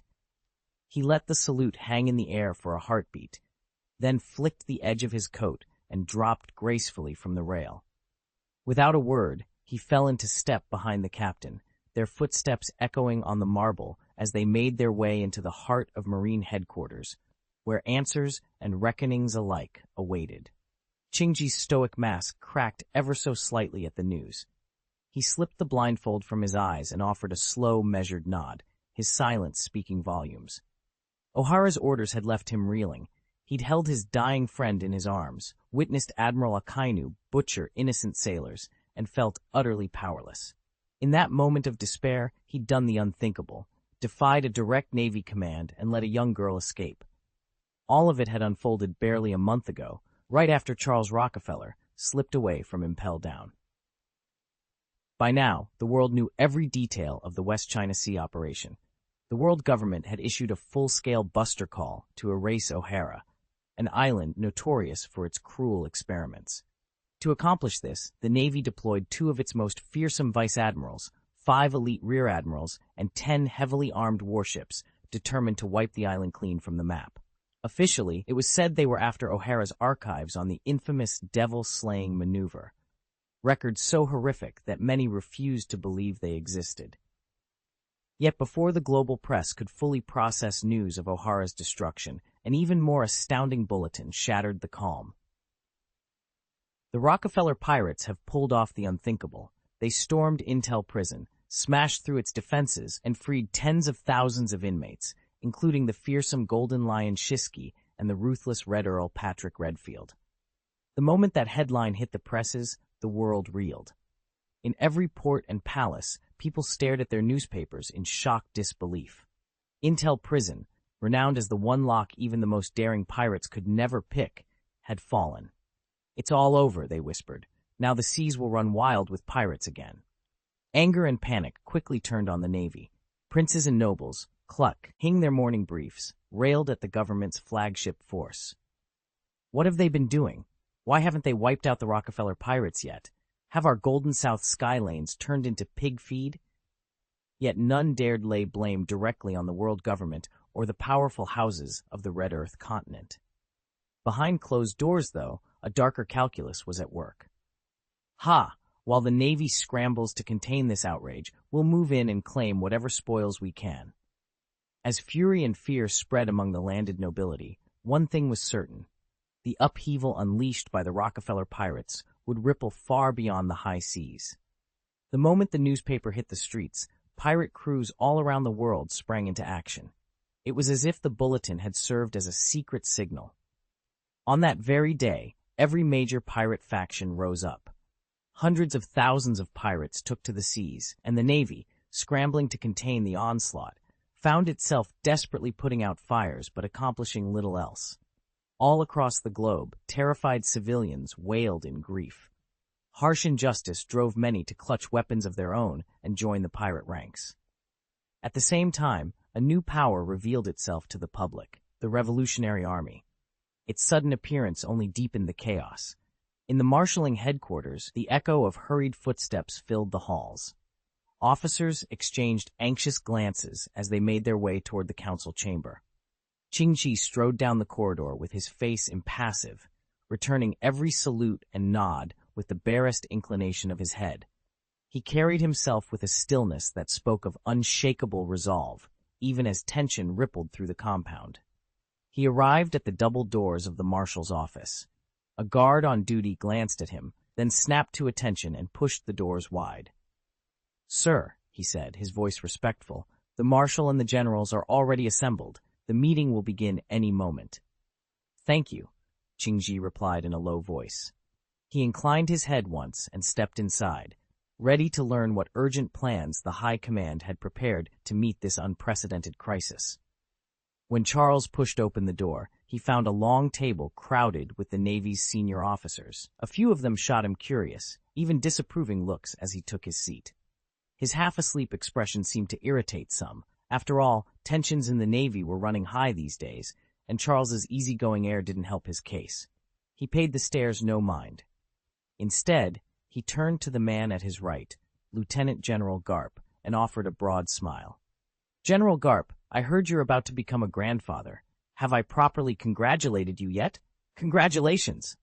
Garp, who'd been contentedly chewing on a box of donuts, looked up and returned the smile. Charles reached into his satchel, pulled out a neatly wrapped pack of senbei, and handed it over. How thoughtful of you," Garp laughed, accepting the rice crackers. His deep guffaw echoed down the table, drawing every admiral's attention. Sengoku and Lady Tsuru, seated on either side, both glanced over. Sengoku rolled his eyes. Ever since Garp's return, he'd been flaunting the news of his grandson at every opportunity. Lady Tsuru merely gave a polite, raised eyebrow nod. As for Sengoku himself, he vowed that no matter how loud Garp celebrated, he wouldn't let envy get the better of him. As Warring States glanced at Admiral Garp's beaming expression, he couldn't help but think of his own adopted son, Charles, now training at Zepha's camp. A rare warmth crept into his wide features. "Garp," he said, "since you've got a grandson now, why don't you invite us out for a drink to celebrate?" Crane chuckled, the sound echoing through the otherwise somber office and lightening the mood considerably. "Great idea. After the meeting, you're all coming over to Garp's place. I'll make sure he serves us something memorable." Garp waved a hand dismissively, still smiling. The tension in the conference room evaporated instantly. "Congratulations, Lieutenant General Garp. I hope you've stocked up, sir. I'm famous for my appetite. You'd better brace yourself. I plan to drain your wine cellar."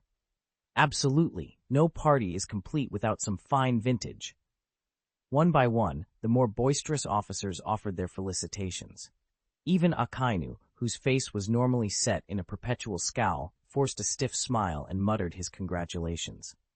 Garp accepted each one with good humor, then casually pinned down the evening banquet at his home. It promised to be, and everyone knew it, a night to remember. Nobody could refuse Vice Admiral Garp's invitation. Laughter bubbled around the room until a cold voice cut through the merriment. "What's so amusing? Mind if I join in?" All eyes turned as Sora stepped out of the office, his face drawn and shadowed by fatigue. His gloomy expression silenced the chatter in an instant. Chapter 478, Naval Conference, Part 2. I had just wrapped up the conference call with the world government when I noticed the officers in the room erupting into laughter. Admiral Kong's face went beet red. Here I am, slaving away to clean up the Navy's messes, and you're all chuckling about some banquet? That's got to stop. Someone cleared their throat and called out, "Marshal! Marshal!" Instantly, the laughter died. Kong fixed everyone with an icy stare. Come on, tell me, what was so amusing just now? Nobody dared meet his gaze. Even Vice Admiral Garp, who sat at the head of the table, kept his eyes glued to the tabletop as if nothing were happening. The silence grew so thick that I couldn't help but break it. "Admiral," I said, "isn't Garp here because he has a grandson? We were just teasing that he should treat the boy to a feast and then get rid of him." Rear Admiral Crane glanced toward the doorway, where the young boy stood. "Garp's grandson?" Kong turned to Garp, who raised his hands in mock innocence. With a heavy sigh, the marshal said, "This is a conference room, not a tavern. Save your jokes for after work. You must devote yourselves fully to your duties. Is that understood?" Admiral Kong's voice boomed across the chamber as he surveyed the gathered admirals, all of whom had their heads bowed. A simultaneous, "Yes, Admiral," echoed from around the hall. Instantly, every admiral snapped to rigid attention, shouting once more in unison. Kong raised a hand to calm them. "Settle down," he ordered. "We're about to begin today's meeting." He turned toward Fleet Admiral Sora. Sora gave a nod and took his seat. With a practiced gesture, he opened the folder laid out before him. "Kuzan," Sora said, "please give your report on the Ohara operation." Admiral Kuzan rose and faced the assembly. He retrieved a slim dossier from inside his uniform jacket. "The Navy's execution of the Ohara mission was flawless," he began. "Thanks to our world government agents ensuring internal cooperation, our forces overwhelmed the scholars of Ohara in a single, decisive strike. Nearly every round-table intellectual was eliminated. Those who survived were cast into the sea." Kuzan's tone was calm and factual. When he finished, he glanced toward Admiral Sakazuki, who stood with arms folded and eyes half closed, as if barely listening. Sora leaned forward, absorbing the report. He nodded at key points, and then paused, brow furrowed. Something in Kuzan's account didn't sit right. Silence fell as all eyes shifted to Sora, waiting for him to speak. He closed the folder slowly and looked up at Kuzan. "Admiral, a moment ago you said—" Kuzan stiffened, sensing the unexpected scrutiny. The room held its breath, anticipating what Sora had uncovered. Thus the meeting pressed on, each admiral poised to account for the Navy's most controversial operation in recent memory. "Are there any survivors from Ohara?" Kong's question cut through the tension in the high-ceilinged briefing room, though he already suspected the answer. Qingji said nothing at first. He simply removed a single photograph from a folder and handed it to the nearby guard. With a soft click, the image of a small girl appeared on the projection screen, drawing every officer's attention. "This is Nicole Robin," Qingji announced, his tone impassive. "She's 8 years old. After searching every village in Ohara, she is the only person unaccounted for. She must be the last survivor." A hush fell over the assembled admirals and generals. Some exchanged uneasy glances, unable to look at the girl's wide, uncertain eyes. But Sora remained stone-faced. After a moment, he spoke in a calm, chilling monotone. "The world government's directive is clear. Every trace of Ohara must be destroyed. Nicole Robin is, by birth, a citizen of that land. Find her and eliminate her. Leave nothing behind." A cold shiver passed through the room. Aokiji bowed his head. "Admiral Sora, I apologize. This was my oversight, and I will take full responsibility. Finding that girl on the open sea is like plucking a star from the sky," Crane said from the edge of the platform. "We should sweeten the pot immediately." Kong nodded. 79 million belly ought to do it, enough to send every low-life pirate in these waters scrambling. Fleet Admiral Sora's expression remained steely. Given her grim prognosis, it was all but certain the girl would suffer for the rest of her life. "Admiral Aokiji, any further remarks?" Aokiji, who had stood silently with eyes closed, stirred as if roused from meditation. He blinked, shook his head, and eased himself down at Sora's gesture. "Our mission for the world government is complete. Rest assured that both the Navy and the government will recognize everyone's efforts." As Sora offered his customary words of praise, relieved smiles spread among the assembled admirals. Then he paused, and a hush fell over the room. With a crisp nod, he signaled his aide, and a massive holoscreen descended before them all. Soon the giant display flickered to life, revealing 3 wanted posters side by side. In the center stood Charles Rockefeller. Charles Rockefeller, captain of the Rockefeller Pirates, proclaimed the world's greatest swords bounty, 44 Bailey, dead or alive. To his left, leaning casually against his ship's helm, was the Golden Lion Shiski. Twin blades in hand and clad in a prison uniform, he wore a cocky smirk. His poster read, Shiski, captain of the Sky Pirates, bounty 40 Bailey, dead or alive. On the right appeared the final image, Patrick Redfield, better known as the Red Earl. His cold gaze met the camera as his bounty order declared his price just as unmistakably. These were the world government's latest updates, numbers that spoke volumes about how fiercely they hunted these 3 notorious pirates. Even though Shiski had just broken out of Impel Down, the Navy hadn't raised his bounty. Their defiance only seemed to deepen the government's resolve. The massive holoscreen flickered, then split into 3 wanted portraits. On Charles's right stood the Red Earl, Patrick Redfield, better known in the underworld as Scarlet Loneliness.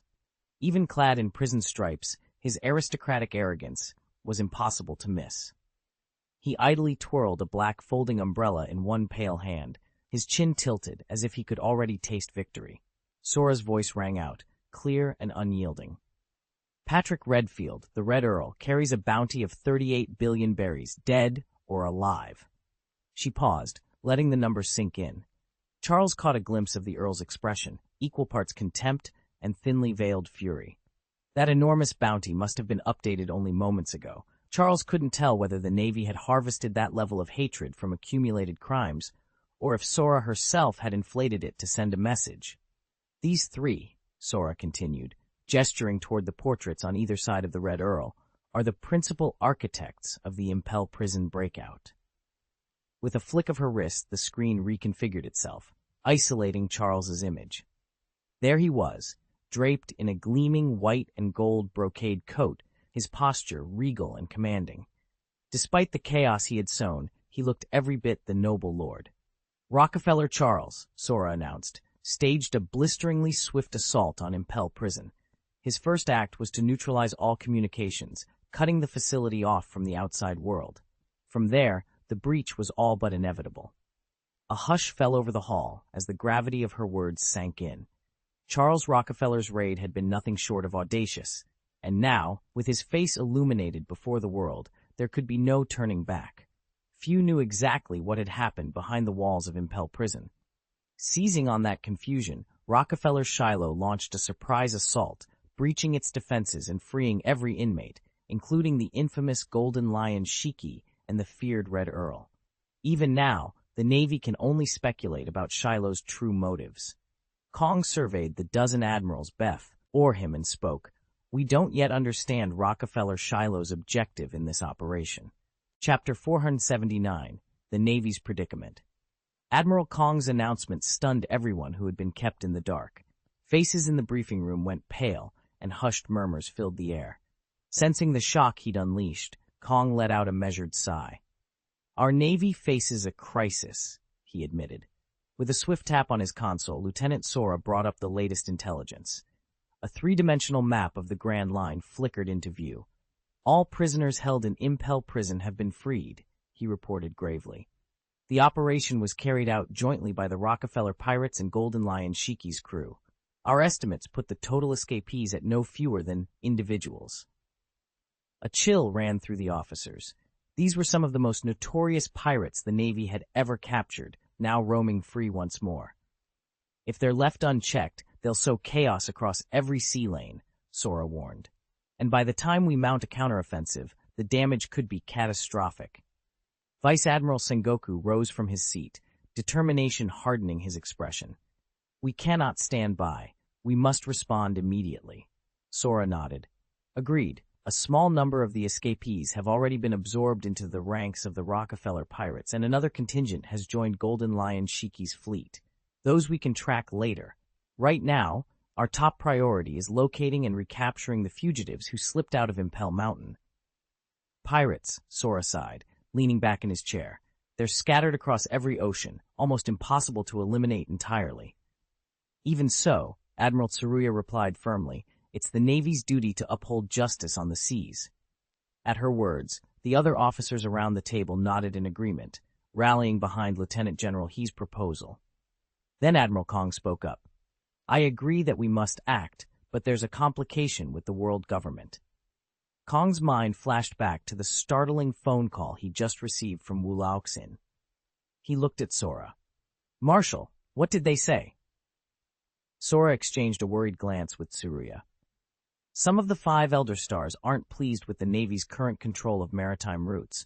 They point to the sharp rise in pirate attacks and claim we're losing our edge. Their proposal was to create a separate organization solely dedicated to hunting pirates. The other Elder Stars rejected it, but we can't afford another failure. Sora pressed his fingertips against his temples. The pirates grow bolder every day. We must find a way to regain and maintain the advantage. Charles had been grappling with this problem ever since he took command of the Navy, and there was no easy solution.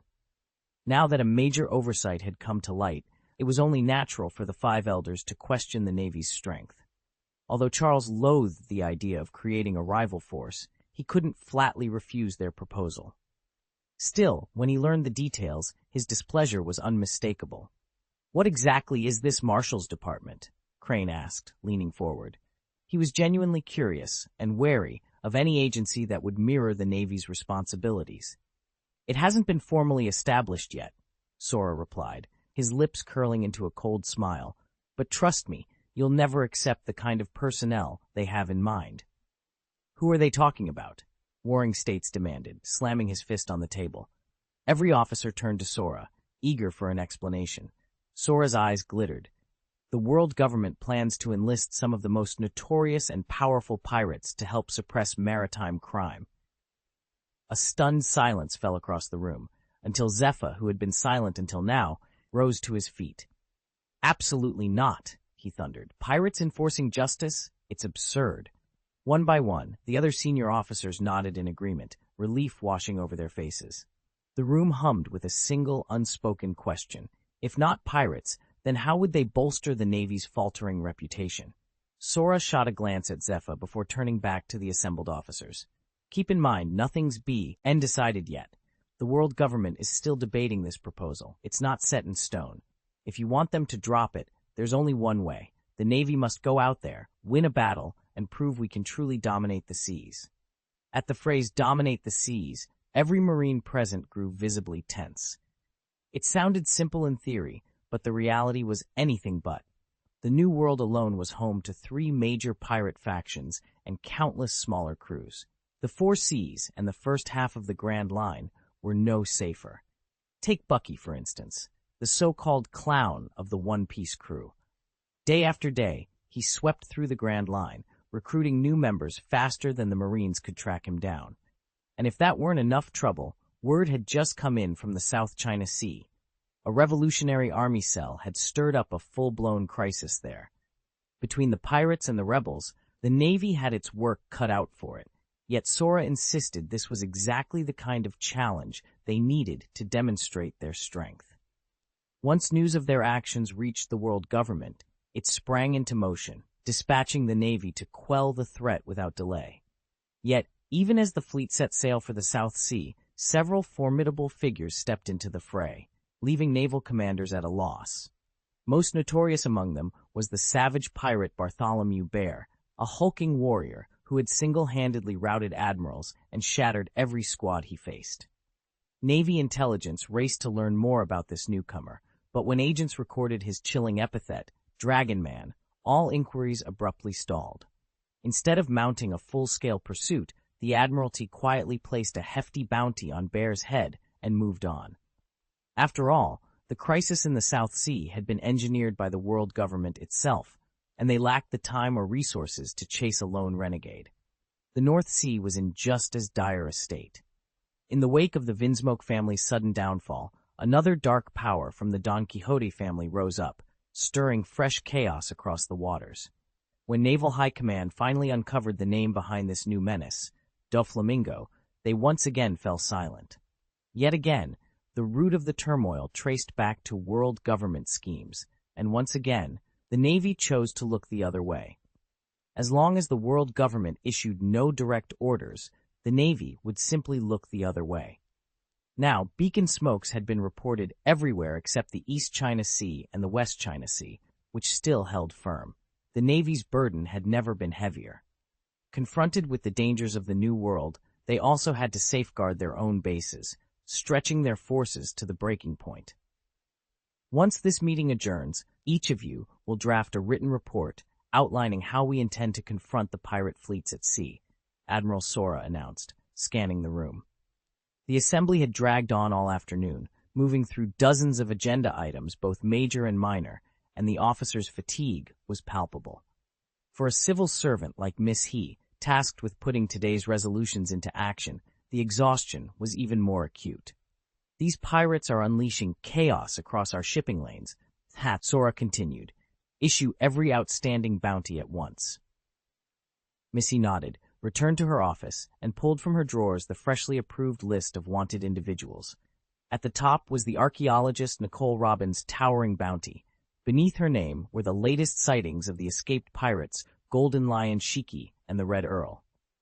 Yes, Missy whispered to herself, anticipation glinting in her eyes as she prepared to send the orders into the world. Make the arrangements at once, Crane's deputy barked. Don't spare any detail. Prepare everything immediately. With that command, the Naval Council dispersed. Senior officers hurried from the chamber, setting in motion countermeasures for every threat discussed. In the silence of his office, Sora remained behind, staring at a dossier titled Shichibukai Appointment Plan. His chest tightened. The world government's top brass had not yet given their final blessing, the plan's provisions were already circulating among the fleet. He closed his eyes. I hope it never comes to this, he thought.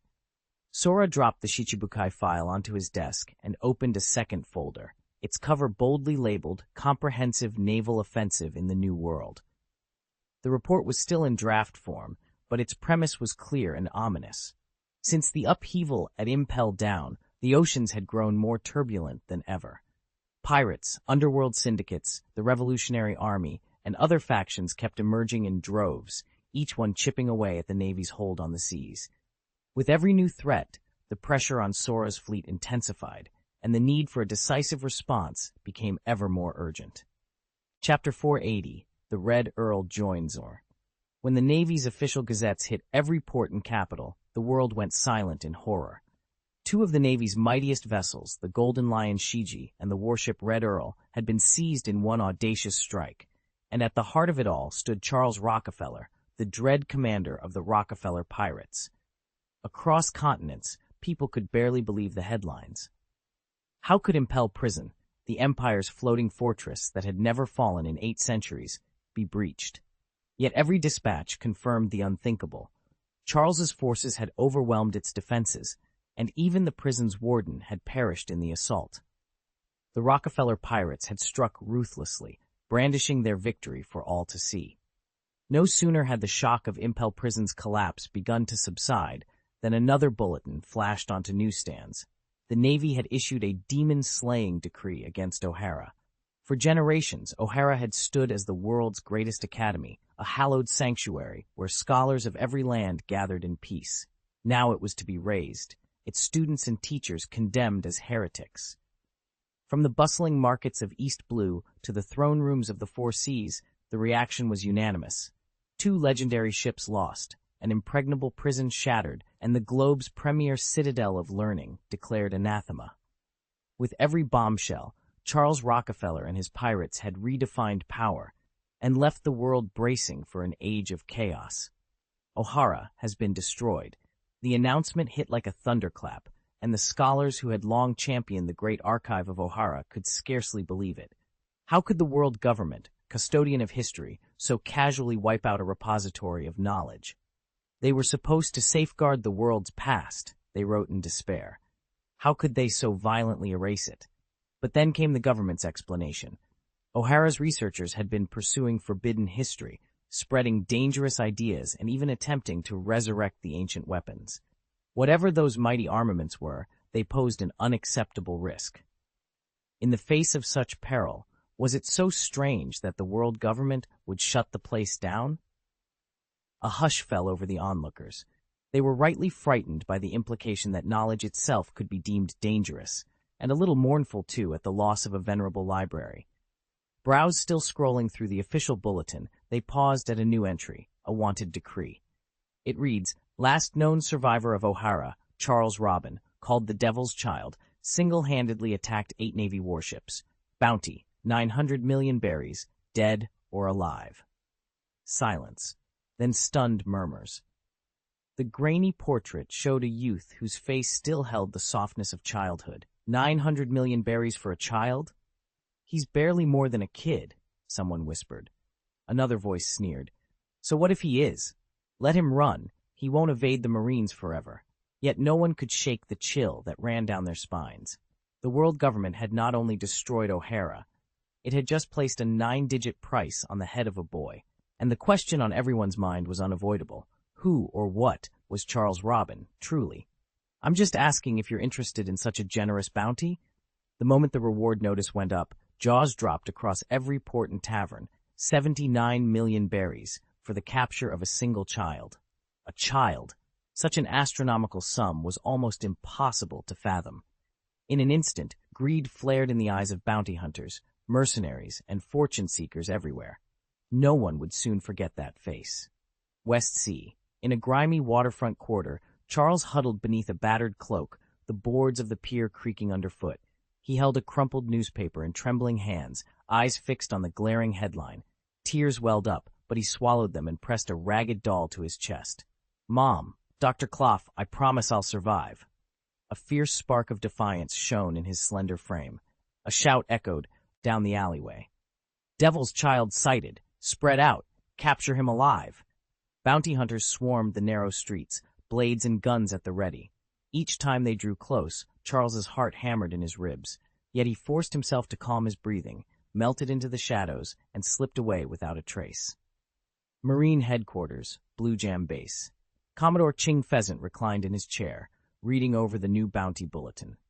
He tapped a thick finger against the printed figure and smirked.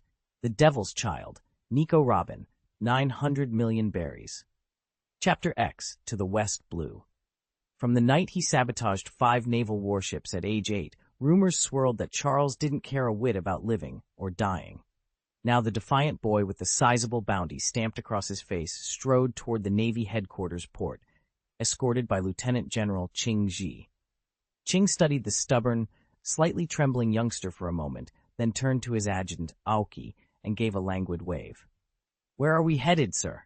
Aoki asked, eyebrows raised at the general's casual air. Ching Ji offered a half shrug. "West Blue. First, a little shore leave.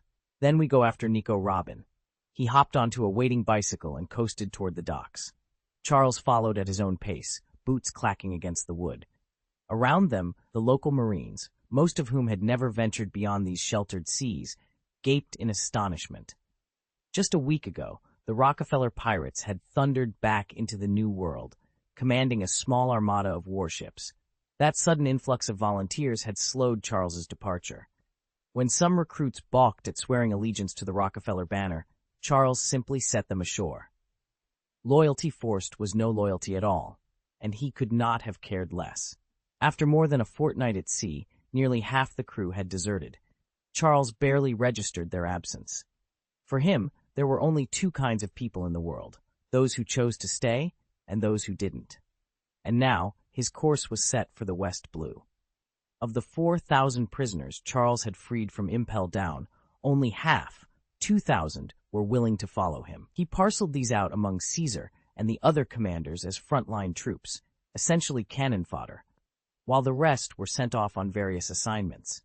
Yet even among those deemed expendable were many skilled fighters, bounty hunters with rewards in the tens of millions of berries, and some carrying bounties in the hundreds. In one fell swoop, the Love Rockefeller pirates' ranks of low-level officers and experienced fighters swelled dramatically. But Charles's greatest triumph wasn't the numbers, it was securing the allegiance of the Red Earl. This was his 3rd invitation to the mysterious nobleman. Charles desperately wanted a friend of the Earl's caliber at his side, though he hadn't quite decided what to ask for. He certainly couldn't rely on the Earl to help him clear out random pirate crews every day while he lounged at home fishing. This time, the Red Earl offered neither acceptance nor refusal. He simply stood beside Charles in silence, inscrutable as ever. Charles realized that at last the Red Earl had surrendered his resistance, and more importantly, he hadn't planned to leave by ship. Instead, he followed Charles all the way back to Kamai Island and quietly purchased a seaside villa. There could be no doubt he intended to make this island his new home. A thrill of excitement ran through Charles. With the Red Earl's support, the Rockefeller pirates had never felt stronger. Yet word of this alliance remained carefully contained. The Red Earl never issued any public declaration. His commitment was conveyed by action alone. Perhaps the year he'd spent in Impel Down had truly changed him. That evening, Charles hosted a sumptuous banquet in honor of his new ally. Lanterns glowed in the courtyard as the entire Rockefeller crew, and even a few invited members of the Rockefeller family, gathered beneath the trees. Charles formally introduced the Red EA-RL to each captain and officer. Toasts were raised, tankards clinked, and laughter echoed long into the night. Still, Charles refused to lower his guard. Rumors had reached him of another rising power, Golden Lion Shiji, who'd secured his own release and now commanded tens of thousands of former Impel Down prisoners. Their collective strength was no trivial matter. Worse, when Golden Lion finally returned to the New World, he discovered that every one of his old territories had been snatched away.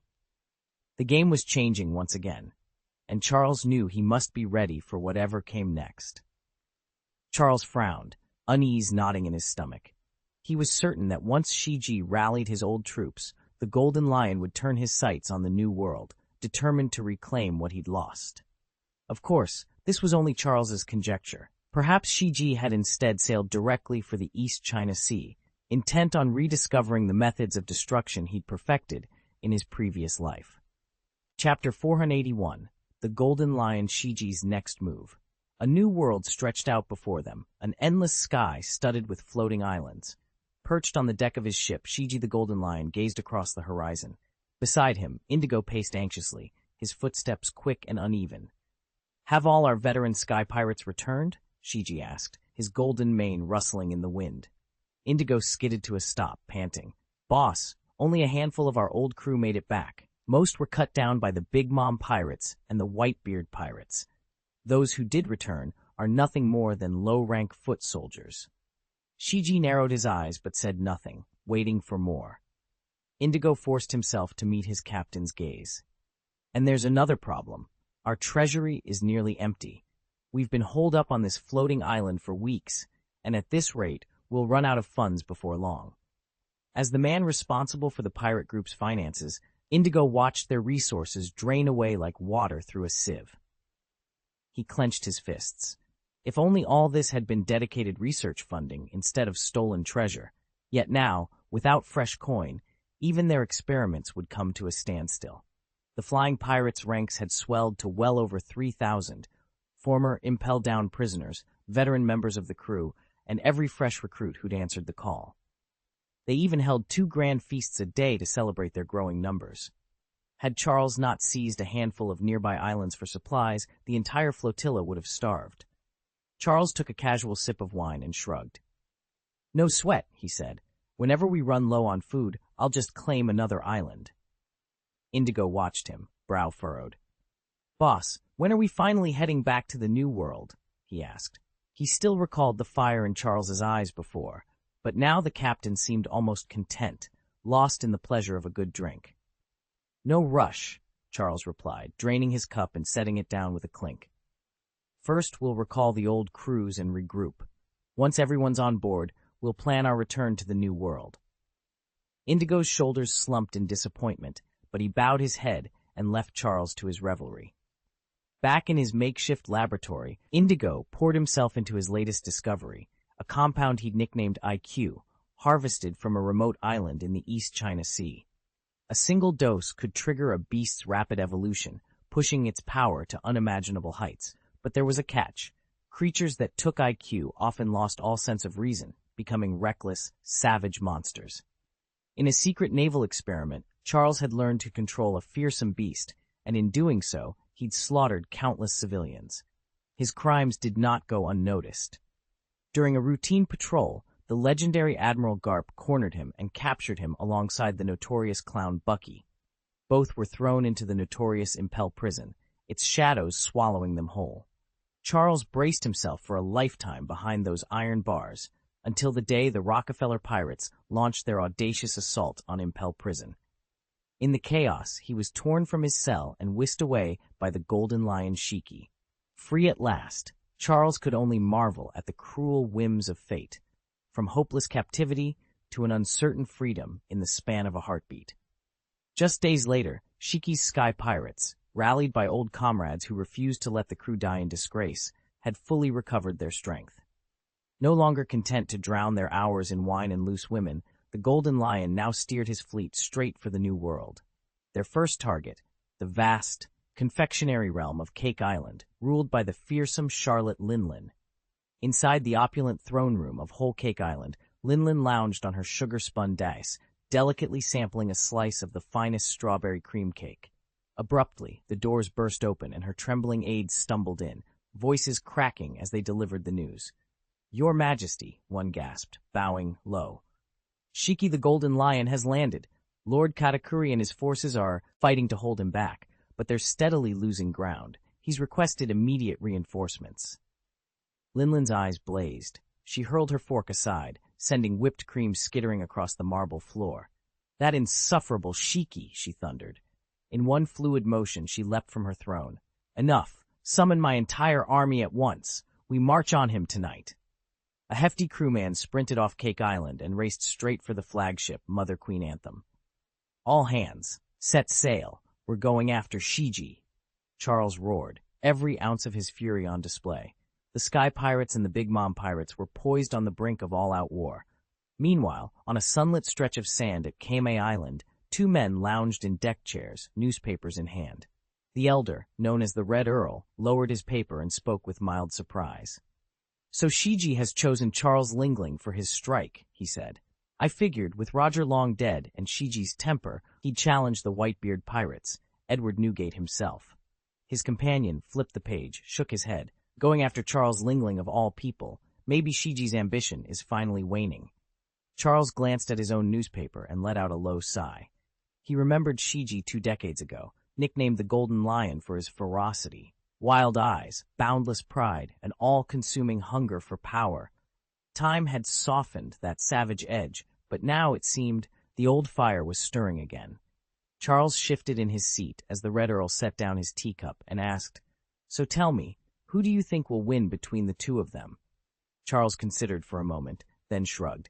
"I'd give the edge to Linlin. Golden Lion Shiki's no spring chicken anymore." "Is that so?"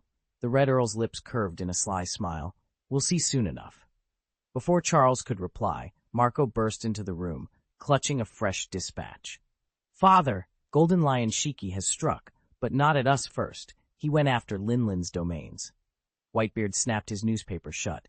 The headline blazed across the page, "Whitebeard Pirates." His eyes narrowed as he took in Marco's words.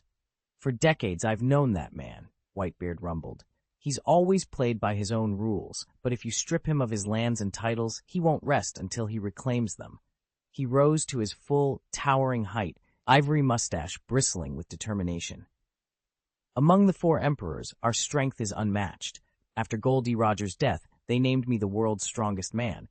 My crews span the New World, and every pirate under this flag is more than ready." Silence fell as the gravity of their rivals' move settled in. Whitebeard gripped the parchment tightly and glared toward the horizon. "If Shiki's opened hostilities, then war is upon us. Prepare yourselves." Charles Lingling's sudden selection still baffled Whitebeard. After all, Golden Lion Shiki ruled tens of thousands of pirates scattered throughout the New World, easily the largest and most formidable of the 3 great pirate fleets. By all accounts, if you wanted raw strength and power, Shiki's sky pirates were the clear choice. Yet somehow, Shiki had gone after Charles instead.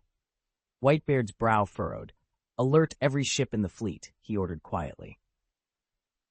"Have them prepare for a possible sudden strike by the sky pirates." He paused, considering Shiki's cunning. What if the Golden Lion had staged this attack on Charles as a diversion? Once Lingling was dealt with, Shiki's next target could very well be the Whitebeard pirates themselves. Thinking back on Shiki's history, his ruthless ambition, his flair for surprise ambushes, Whitebeard grew more certain that such a two-pronged assault was exactly what the Golden Lion had in mind. Marco stood at his side, eyes narrowing. It could happen, he agreed. Word spread through the fleet like wildfire. Every crewman, especially those assigned to the front lines in the first half of the New World, scrambled to reinforce their defenses, bracing for a sky pirate onslaught. Whitebeard himself refused to leave anything to chance. With grim determination, he set his ship's course back toward the first half of the New World, ready to protect his crew from whatever Shiki might unleash next. For a while, the New World was in turmoil, with every faction zeroing in on its eastern half. After all, Golden Lion Shiji's reputation was immense. Each of his moves drew intense scrutiny. Indeed, aside from the Rockefeller pirates, who remained conspicuously inactive, every other power had begun to stir, vying to uncover the latest intelligence.